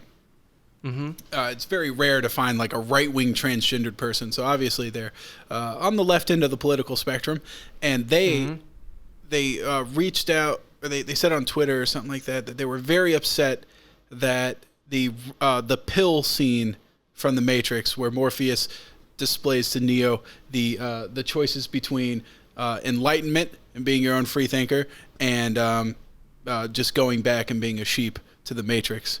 That scene, they were pissed off that has now been adopted by like fringe white supremacist movements or whatever as some sort of meme about like if you're fucking drinking the Kool-Aid or whatever.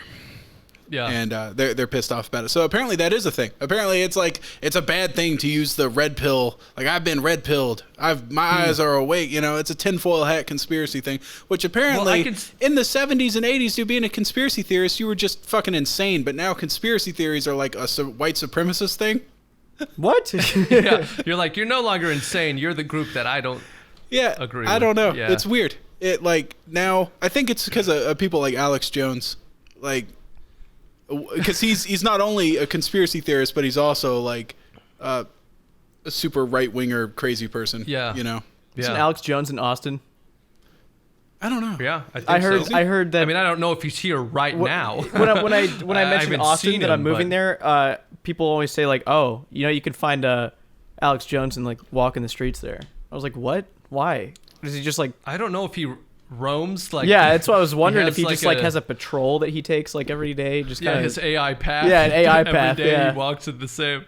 That dude's wild. I've never seen him. Did you guys agree with him getting banned? No. Where did he get banned? I thought that was absurd, but we're way past platforms being platforms. They've definitely entered publisher territory, so it's not like surprising. But I didn't I just wish they were platforms and stopped doing that to people. I'd rather people see his stuff and think he's an idiot and disagree with it, or not. Like, I don't care. I just not a fan of the whole banning thing. Yeah, people can argue to and fro all day, and because this thing is that like society in and of itself is very complicated.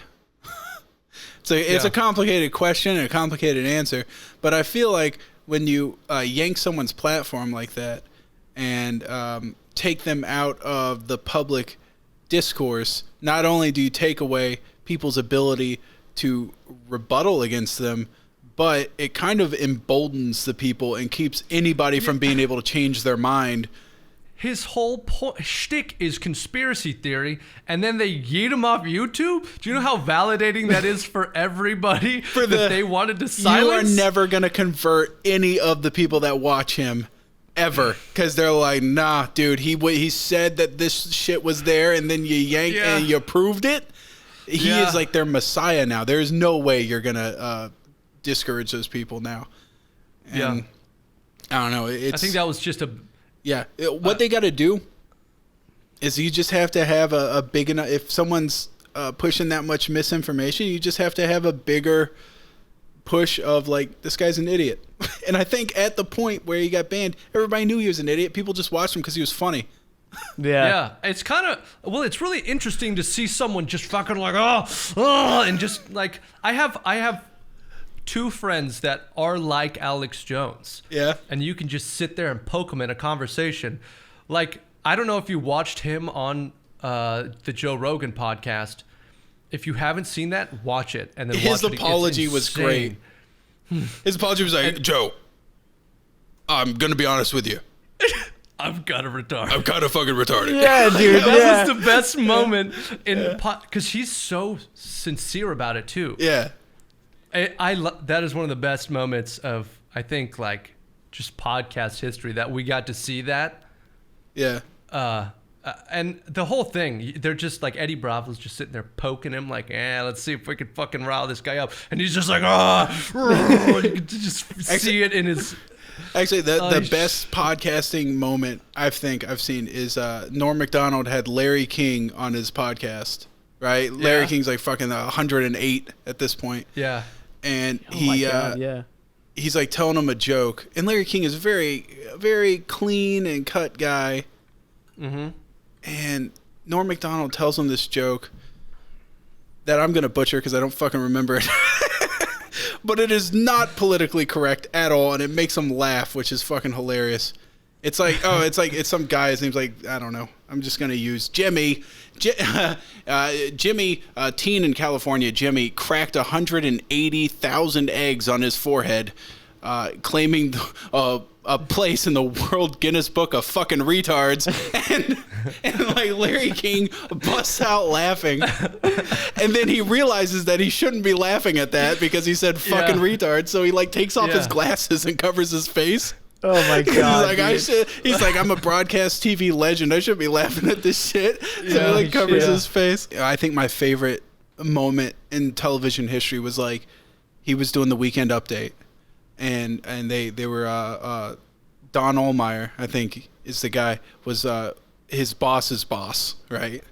And he was friends with O.J. Simpson, and the O.J. Simpson trial was happening, and every Weekend Update, to keep people updated on the trial, he would make jokes about the O.J. Simpson trial.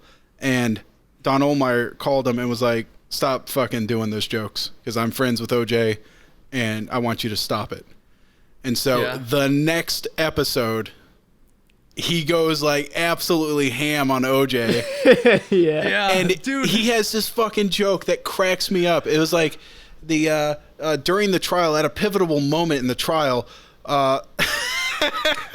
the attorneys hold up a bag of evidence containing a bloody hat, and OJ stands up and says, "Hey, be careful with that. That's my lucky stabbing hat."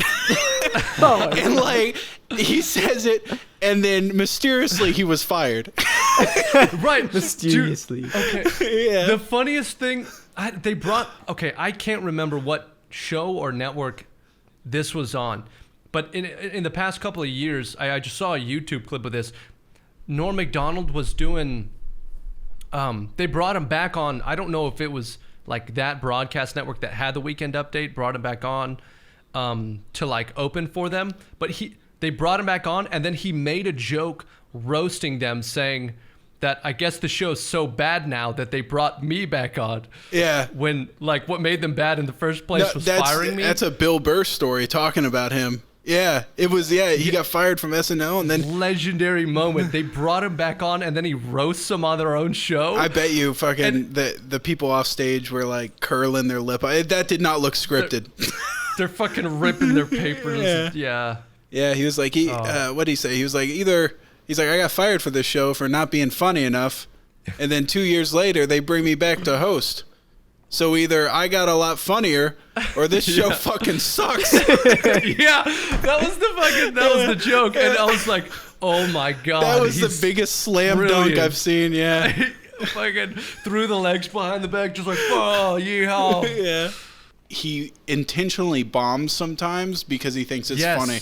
I remember he was doing the Democratic fucking press it was dinner thing. Yes, and he bombed it on purpose horribly. Yeah, he opens it up, and he's just like, man, when I got invited to do comedy in front of the president, I just told myself, man, I hope I don't bomb in front of the president. Yeah, it is you just can hear quiet. It was like not even a joke. It was just quiet. And then their silence was the punchline. It was the funniest thing I've ever seen. Yeah, the whole audience was the punchline the entire segment. Yeah. And they're just not laughing. And you could tell he's just like, he's just eating it up. The amount of paper crinkling or like card tapping on the podium that you could hear from Norm in that episode, because the audience was just dead. That opening joke, dude, that fucking got me. Because like I've seen some balls on some people, but to go in front of the president and be like, my first joke, I'm gonna make sure it doesn't get a laugh, and the not laughing is gonna be the punchline. That's great. Who was it recently that went up and just like fucked on everything? Like I think it was like the last one that happened. Who was it? Ricky Gervais. Like Ricky Gervais, dude. You know what I don't like about that is Ricky Gervais doing that was like a rehash of an old Seinfeld thing where he does the exact same thing. Like it wasn't. Yeah, that was. It wasn't. That was part of his thing. explanation. Yeah, that was part of his thing. He's like, this is my thing. Like this wasn't even new material. It wasn't even that good, and you guys are getting offended. Yeah, I'm offended that. Like that this became my thing. Because Seinfeld went up there, and like I think that you can say Seinfeld's kind of a brash, insincere douchebag. And it's not a character. One might say that. That's him. But one of the things is like he is so like world weary with social norms, and he was accepting an award for something, and he just went up there and he's like, what the fuck is this thing? Like, look at us. Yeah. We're a bunch of millionaires in a room giving each other hand jobs. Like, why do we even care? Why are we here? Yeah. And he's just like, I'll tell you. And, like, it was a shortened, less British version of Ricky Gervais. Yeah. Yeah. But he, I don't know. I like Seinfeld, but at the same time, I would not ever in a million years get along with Jerry Seinfeld in any way. Do you like Curb? Dude, Curb Your Enthusiasm, I haven't watched a whole lot of it. But Larry David is a funny guy. And I still think one of the funniest bits I've seen. It's so simple. It's so stupid. Is like he wants to last longer in bed, so he gets one of those numbing condoms, you know, and then he puts it on inside out. Then she's allergic to it. No, she's like, but so she can't feel anything. She's like, I don't feel a damn thing, and he's like, fucking. Yeah. So it says the opposite effect. It's the opposite effect. That's hilarious. Yeah. It's so simple, and that was like the concept so funny. There was another one that he did. It was like similar. Irony. That's what I was thinking of. There's another one. He puts it's like baby powder or something. He starts like rubbing he just pats himself with baby powder to like just spiffy up before having sex, and he just fucking goes in and he's like banging his ex-wife, and like.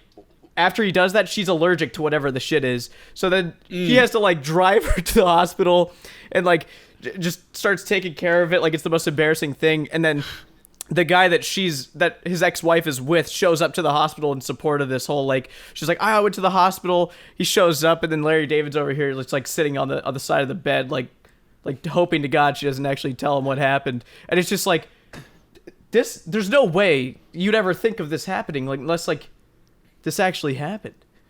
You know what's weird is like both of these circumstances revolve around the most ridiculous part of the joke, and that's imagining Larry David ever has sex.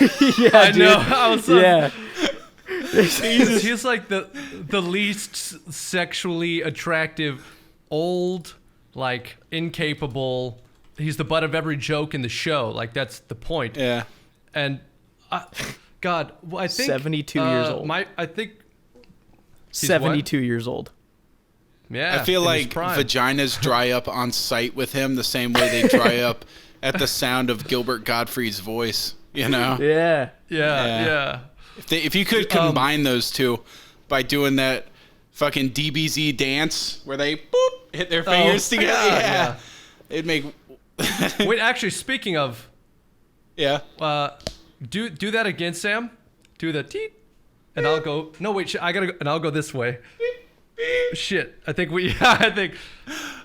Jimmy will cover it in post. It'll be perfect. Yeah, it'll be fine. Fuck Thank you you, Jimmy. guys, man. Freeze frame it, and if our fingers don't match, freeze frame it and draw them with the flesh-colored spray paint thing on Paint, Microsoft Paint. Yeah. Make them reach. Yeah. I'll make them reach. I think my favorite Kerr bit is... It's called like Accidental Hero or something. And he's on an airplane. Dude, I know what you're talking about. And he's getting in an argument with the chick sitting next to him on the airplane, like you do. She's just judging him for no reason. He's like, "What the fuck are you judging me for?" And they get in a little tiff, and then he goes off to the bathroom. Yeah, it's because he's using the bathroom on the plane that's meant for the normal like cabin, but he's first class. Oh, so the normal cabin's not allowed to use the first class bathroom, but he goes back to use the normal one. So the lady's like, I can't use yours. Why are you allowed to use ours? Like, go fucking... He's like, I just have to pee, dude. Like, come on. And they get argument. He's trying to explain it to her without looking like a first-class asshole. But anyways, the best part is when he goes back to his cabin, there's this dude who's like about to get into it with the with like a flight attendant, and he's getting like almost like a little physical, and then Larry... Is his name Larry? Yeah. Yeah, he trips over his shoelace and tackles the guy. And then fucking everyone's like, "Oh my God, you're a hero!" And he's like, "Yeah, I guess so." Like, haha, you know. And he just kind of owns it, like, you know, I kind of just handle confrontation well, blah blah blah. And then when he sits down with the lady that he was sitting next to, she's like, "Oh my God, you're so brave." And blah blah blah, and like the whole situation just blows out till everyone thinks he's a hero. It totally flips the script. How she's like into it now. His manager from across the way is sitting next to his wife, and the wife looks over and sees him like just tying his shoe, and she's like, his "You shoelace. motherfucker!" Like, I know exactly what yeah. happened now, dude. That's such a good show, dude, all around. You know, talking about first class, man. I've never flown first class before. Me either. But I don't. Have you guys ever been on airplanes at all? Either? Yeah. Yes. Yeah. Okay. Yeah. Okay. Yeah. So like the worst thing in the world is sitting on an airplane. I don't care how nice of a recliner they have waiting for you. It sucks. Sitting on an airplane sucks. And sitting on the tarmac is even worse because they don't have like the engines on all the way, so the little AC thing is just hot. Yeah. And I've always thought about this. People talk about like, oh, it's great flying first class because you get a nice seat and everything, and you get to board before everybody. I'm like, I think first class should board last. I've never flown it. I've always thought that. I've never flown it, but when I buy a first class ticket, eventually I'm gonna do it. I'm gonna bite the bullet and spend the extra couple hundred and get the first class. And I want them to have like the key in the ignition and ready to Yeah. And I just want to walk on, sit down, and go, wow! Yeah, like seriously, walk and shake the pilot's hand, sit Yeah. down, Go. champagne, Yeah. and you're flying. Yeah, Yeah, I just... dude. But instead, you sit there forever, and they parade everyone else by yeah, you. and they do the walk they're of all shame. breathing on you know, you. Yeah. It looks like that scene of, from Game of Thrones. They should have the bell, like they're going through the fucking. yeah. You have to sit there and watch all these poor people walk by you, and I'm like, dude, if I just want to be the last person, because I remember when I went to Seattle, Ted Danson was on the plane, and he was sitting there. I don't know who that He's is. the guy from Cheers. If you saw his face, you'd be like, that's Ted Danson. So Ted Danson was sitting there, and he was doing this with I don't have a fucking newspaper, but he had it like up above his head so that people couldn't tell it was Ted Danson. Yeah, he's hiding. Yeah. But it's hard to hide when the people that you're trying to hide from are looming over you, standing. Like Yeah. And then there's the lady who can't get her thing in the bin. Yeah. So then the line stops, and you're just like, You got Right. someone's ass right Hey, next to your haha. nose, just fucking like, Yeah. oh shit, all right, yeah. And yeah, I want to just. They should board like at the very end. that's a good. That's a good good point. point. We should man. change They things. probably. Yeah. Yeah, we should make our own airline. Speaking of which, hold on, I got to brag here. Okay, so I've been doing. You guys ever do investing? Only Too scared. A little bit. Only- Not like day trading. Yeah, no, I don't do options and stuff because I'm too stupid, right? And so I've been doing investing because I saw the stock market crashed, and then Yeah, now was a very good time. yeah, and then miraculously we have 40 million Americans without jobs, and the stock market keeps going up. I don't. Yeah, you know it's bad when even Warren Buffett, you know, the Oracle of Omaha, Yeah. comes out and he goes, "I don't know what the fuck's going on." Yeah, he's like, So I don't know. I haven't seen anything like this. I've been doing it for 50 years. I have no idea what's going on. But so I'm sitting there looking at it, and I'm like, dude, now's the time. I'm gonna buy in, and because my money's doing nothing, just sitting in a savings account. And so I sat there and looked around and looked around and looked around, and I have like just a bunch of cash. I'm waiting to put it into a index fund, right? Mm-hmm. But I was doing what is called like speculative little investments, just a little bit at a time, and because I didn't want to like pour everything into one company and then have it die, you know. Yeah. And so when the market got really low for airline companies, I did some research on who the best airline company was to invest in, and the Boeing shit the bed. They make everybody's airplanes. They see the problem with them. I figured it out after a lot of research. I figured out that people don't like it when they get in an airplane and then it crashes into the ground and kills them. yeah. So yeah. apparently that really dampens your vacation experience. So there's this airline called Spirit Airlines that apparently fuck. Spirit Airlines. They're not a remarkable airline in any way, but all their airplanes are made by Airbus, which is a European airplane company. Not made by Boeing. They're the only person in the U.S. I think that doesn't have Boeing-made airplanes. So I was like, hey, they're primed to come back in the strongest, right? So their stock price got so fucking low because they had like one airplane in the air, and I was like, hey, you know what? I'll buy $1,000. That's what I did, $1,000.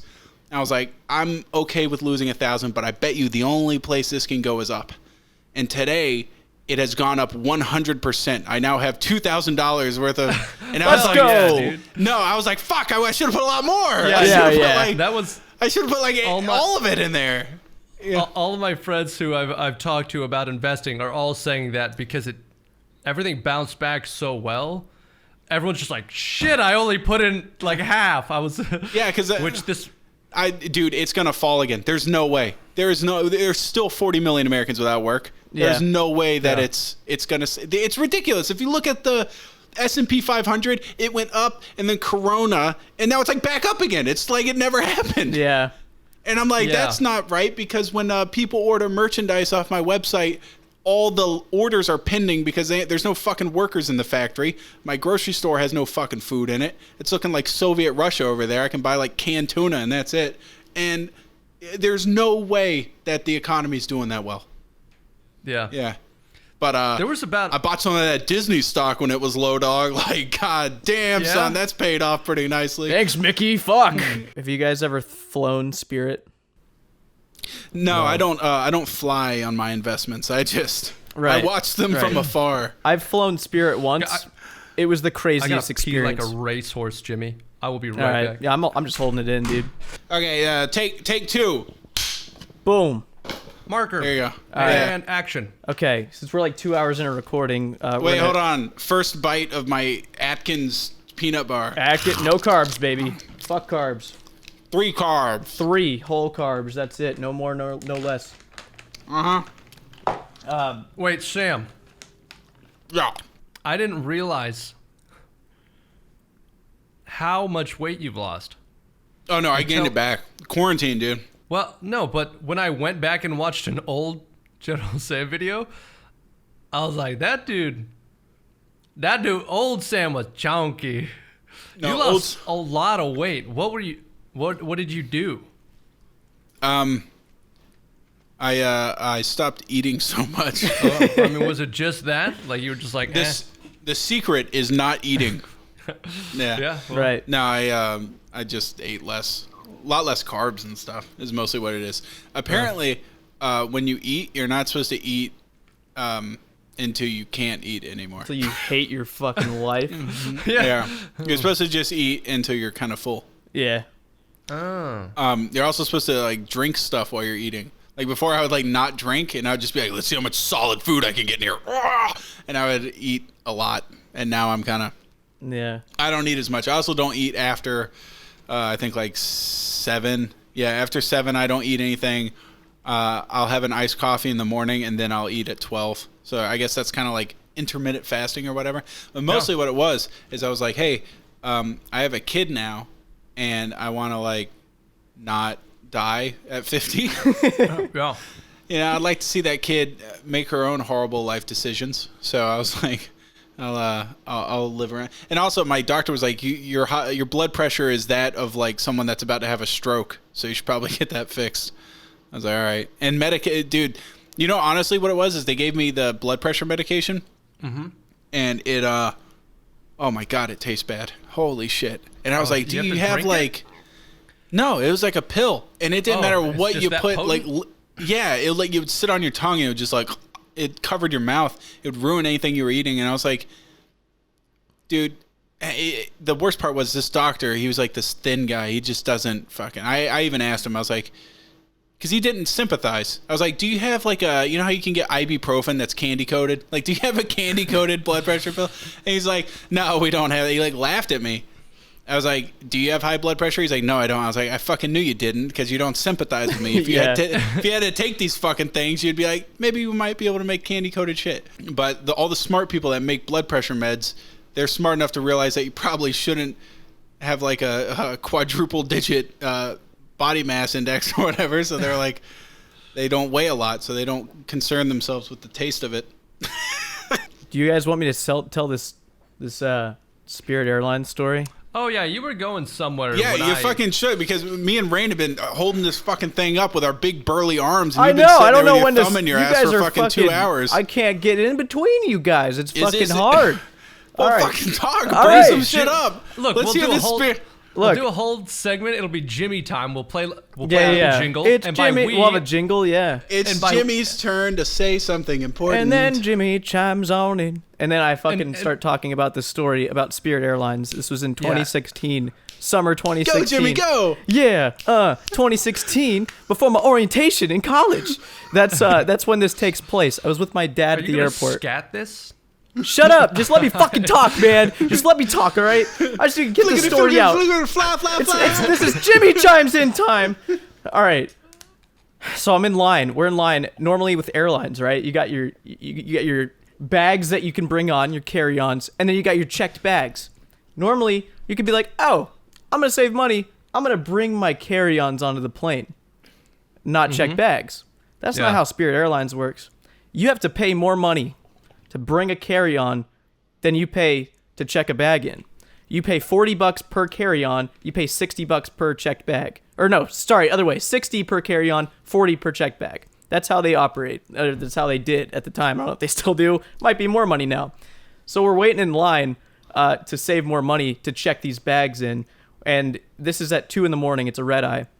So there's like, I don't know, 65 people in the airport. All of them are in this one line. Everything else is empty in the Las Vegas airport.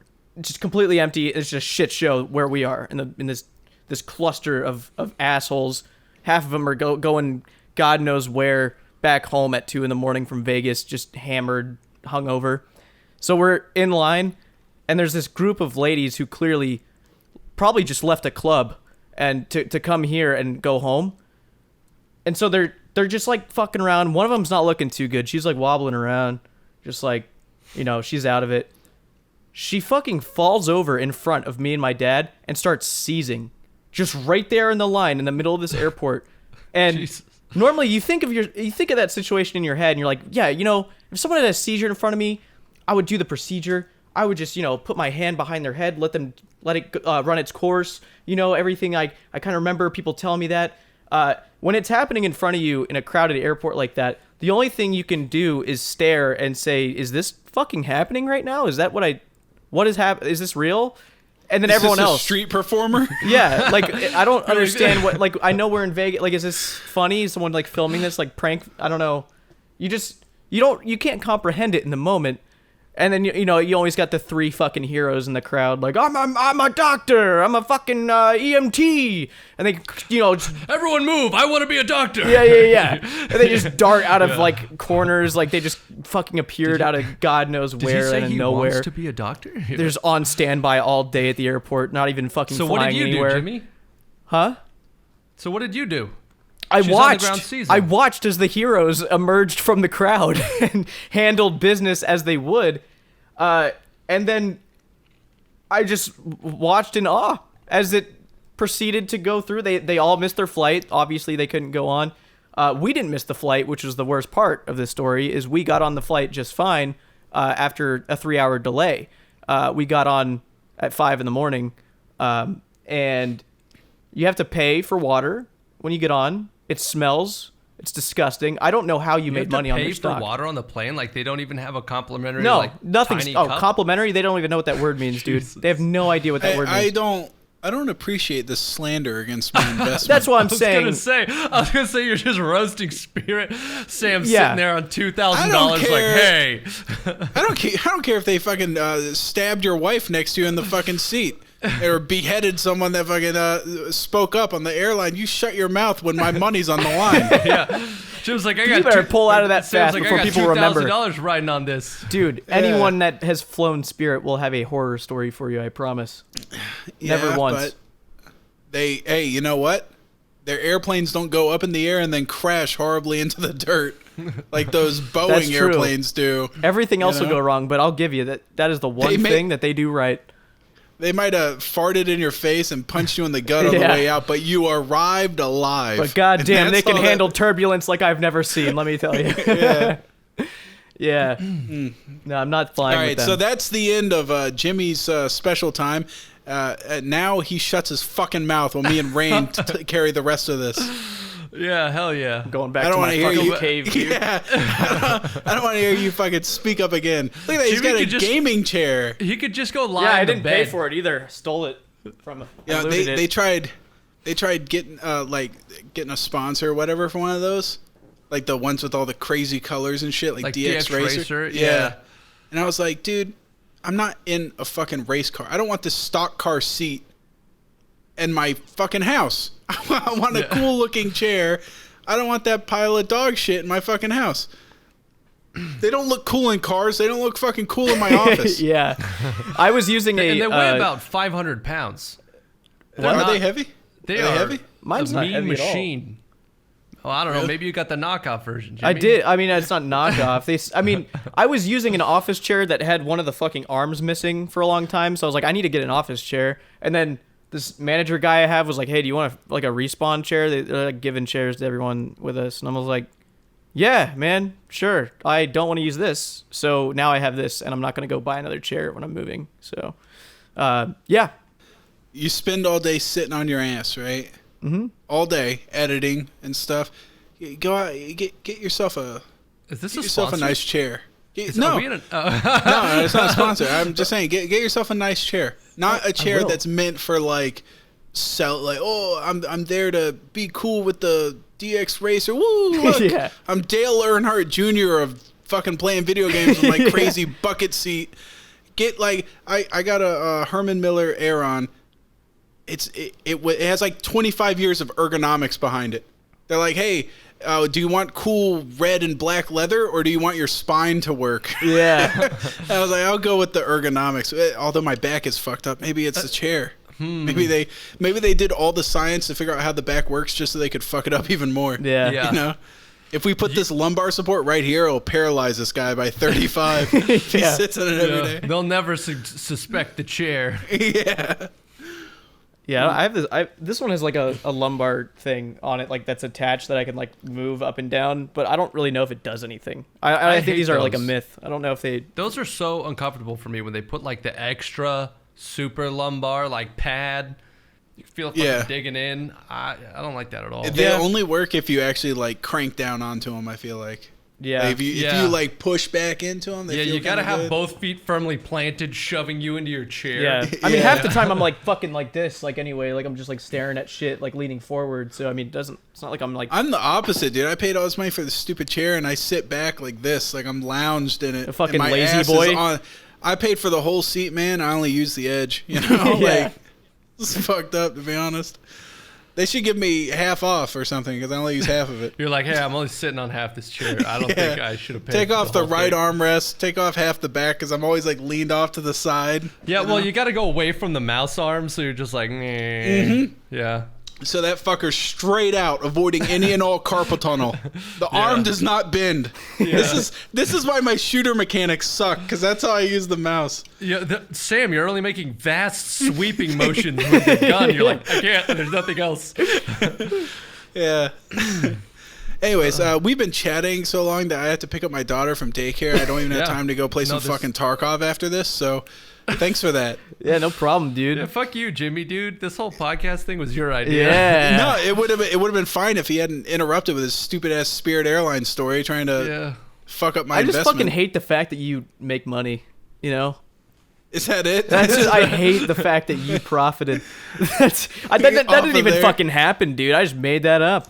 Yeah. No, it did happen. It was very scary. I didn't like it. All right, well, Sam, thank you for coming on the podcast with us. We'll get you out of here so you can go save your daughter. I still got 15 minutes if you had some elaborate ending scene or something. No, we don't do anything. No, I don't even know how to quick. end these. Like, I probably will just like.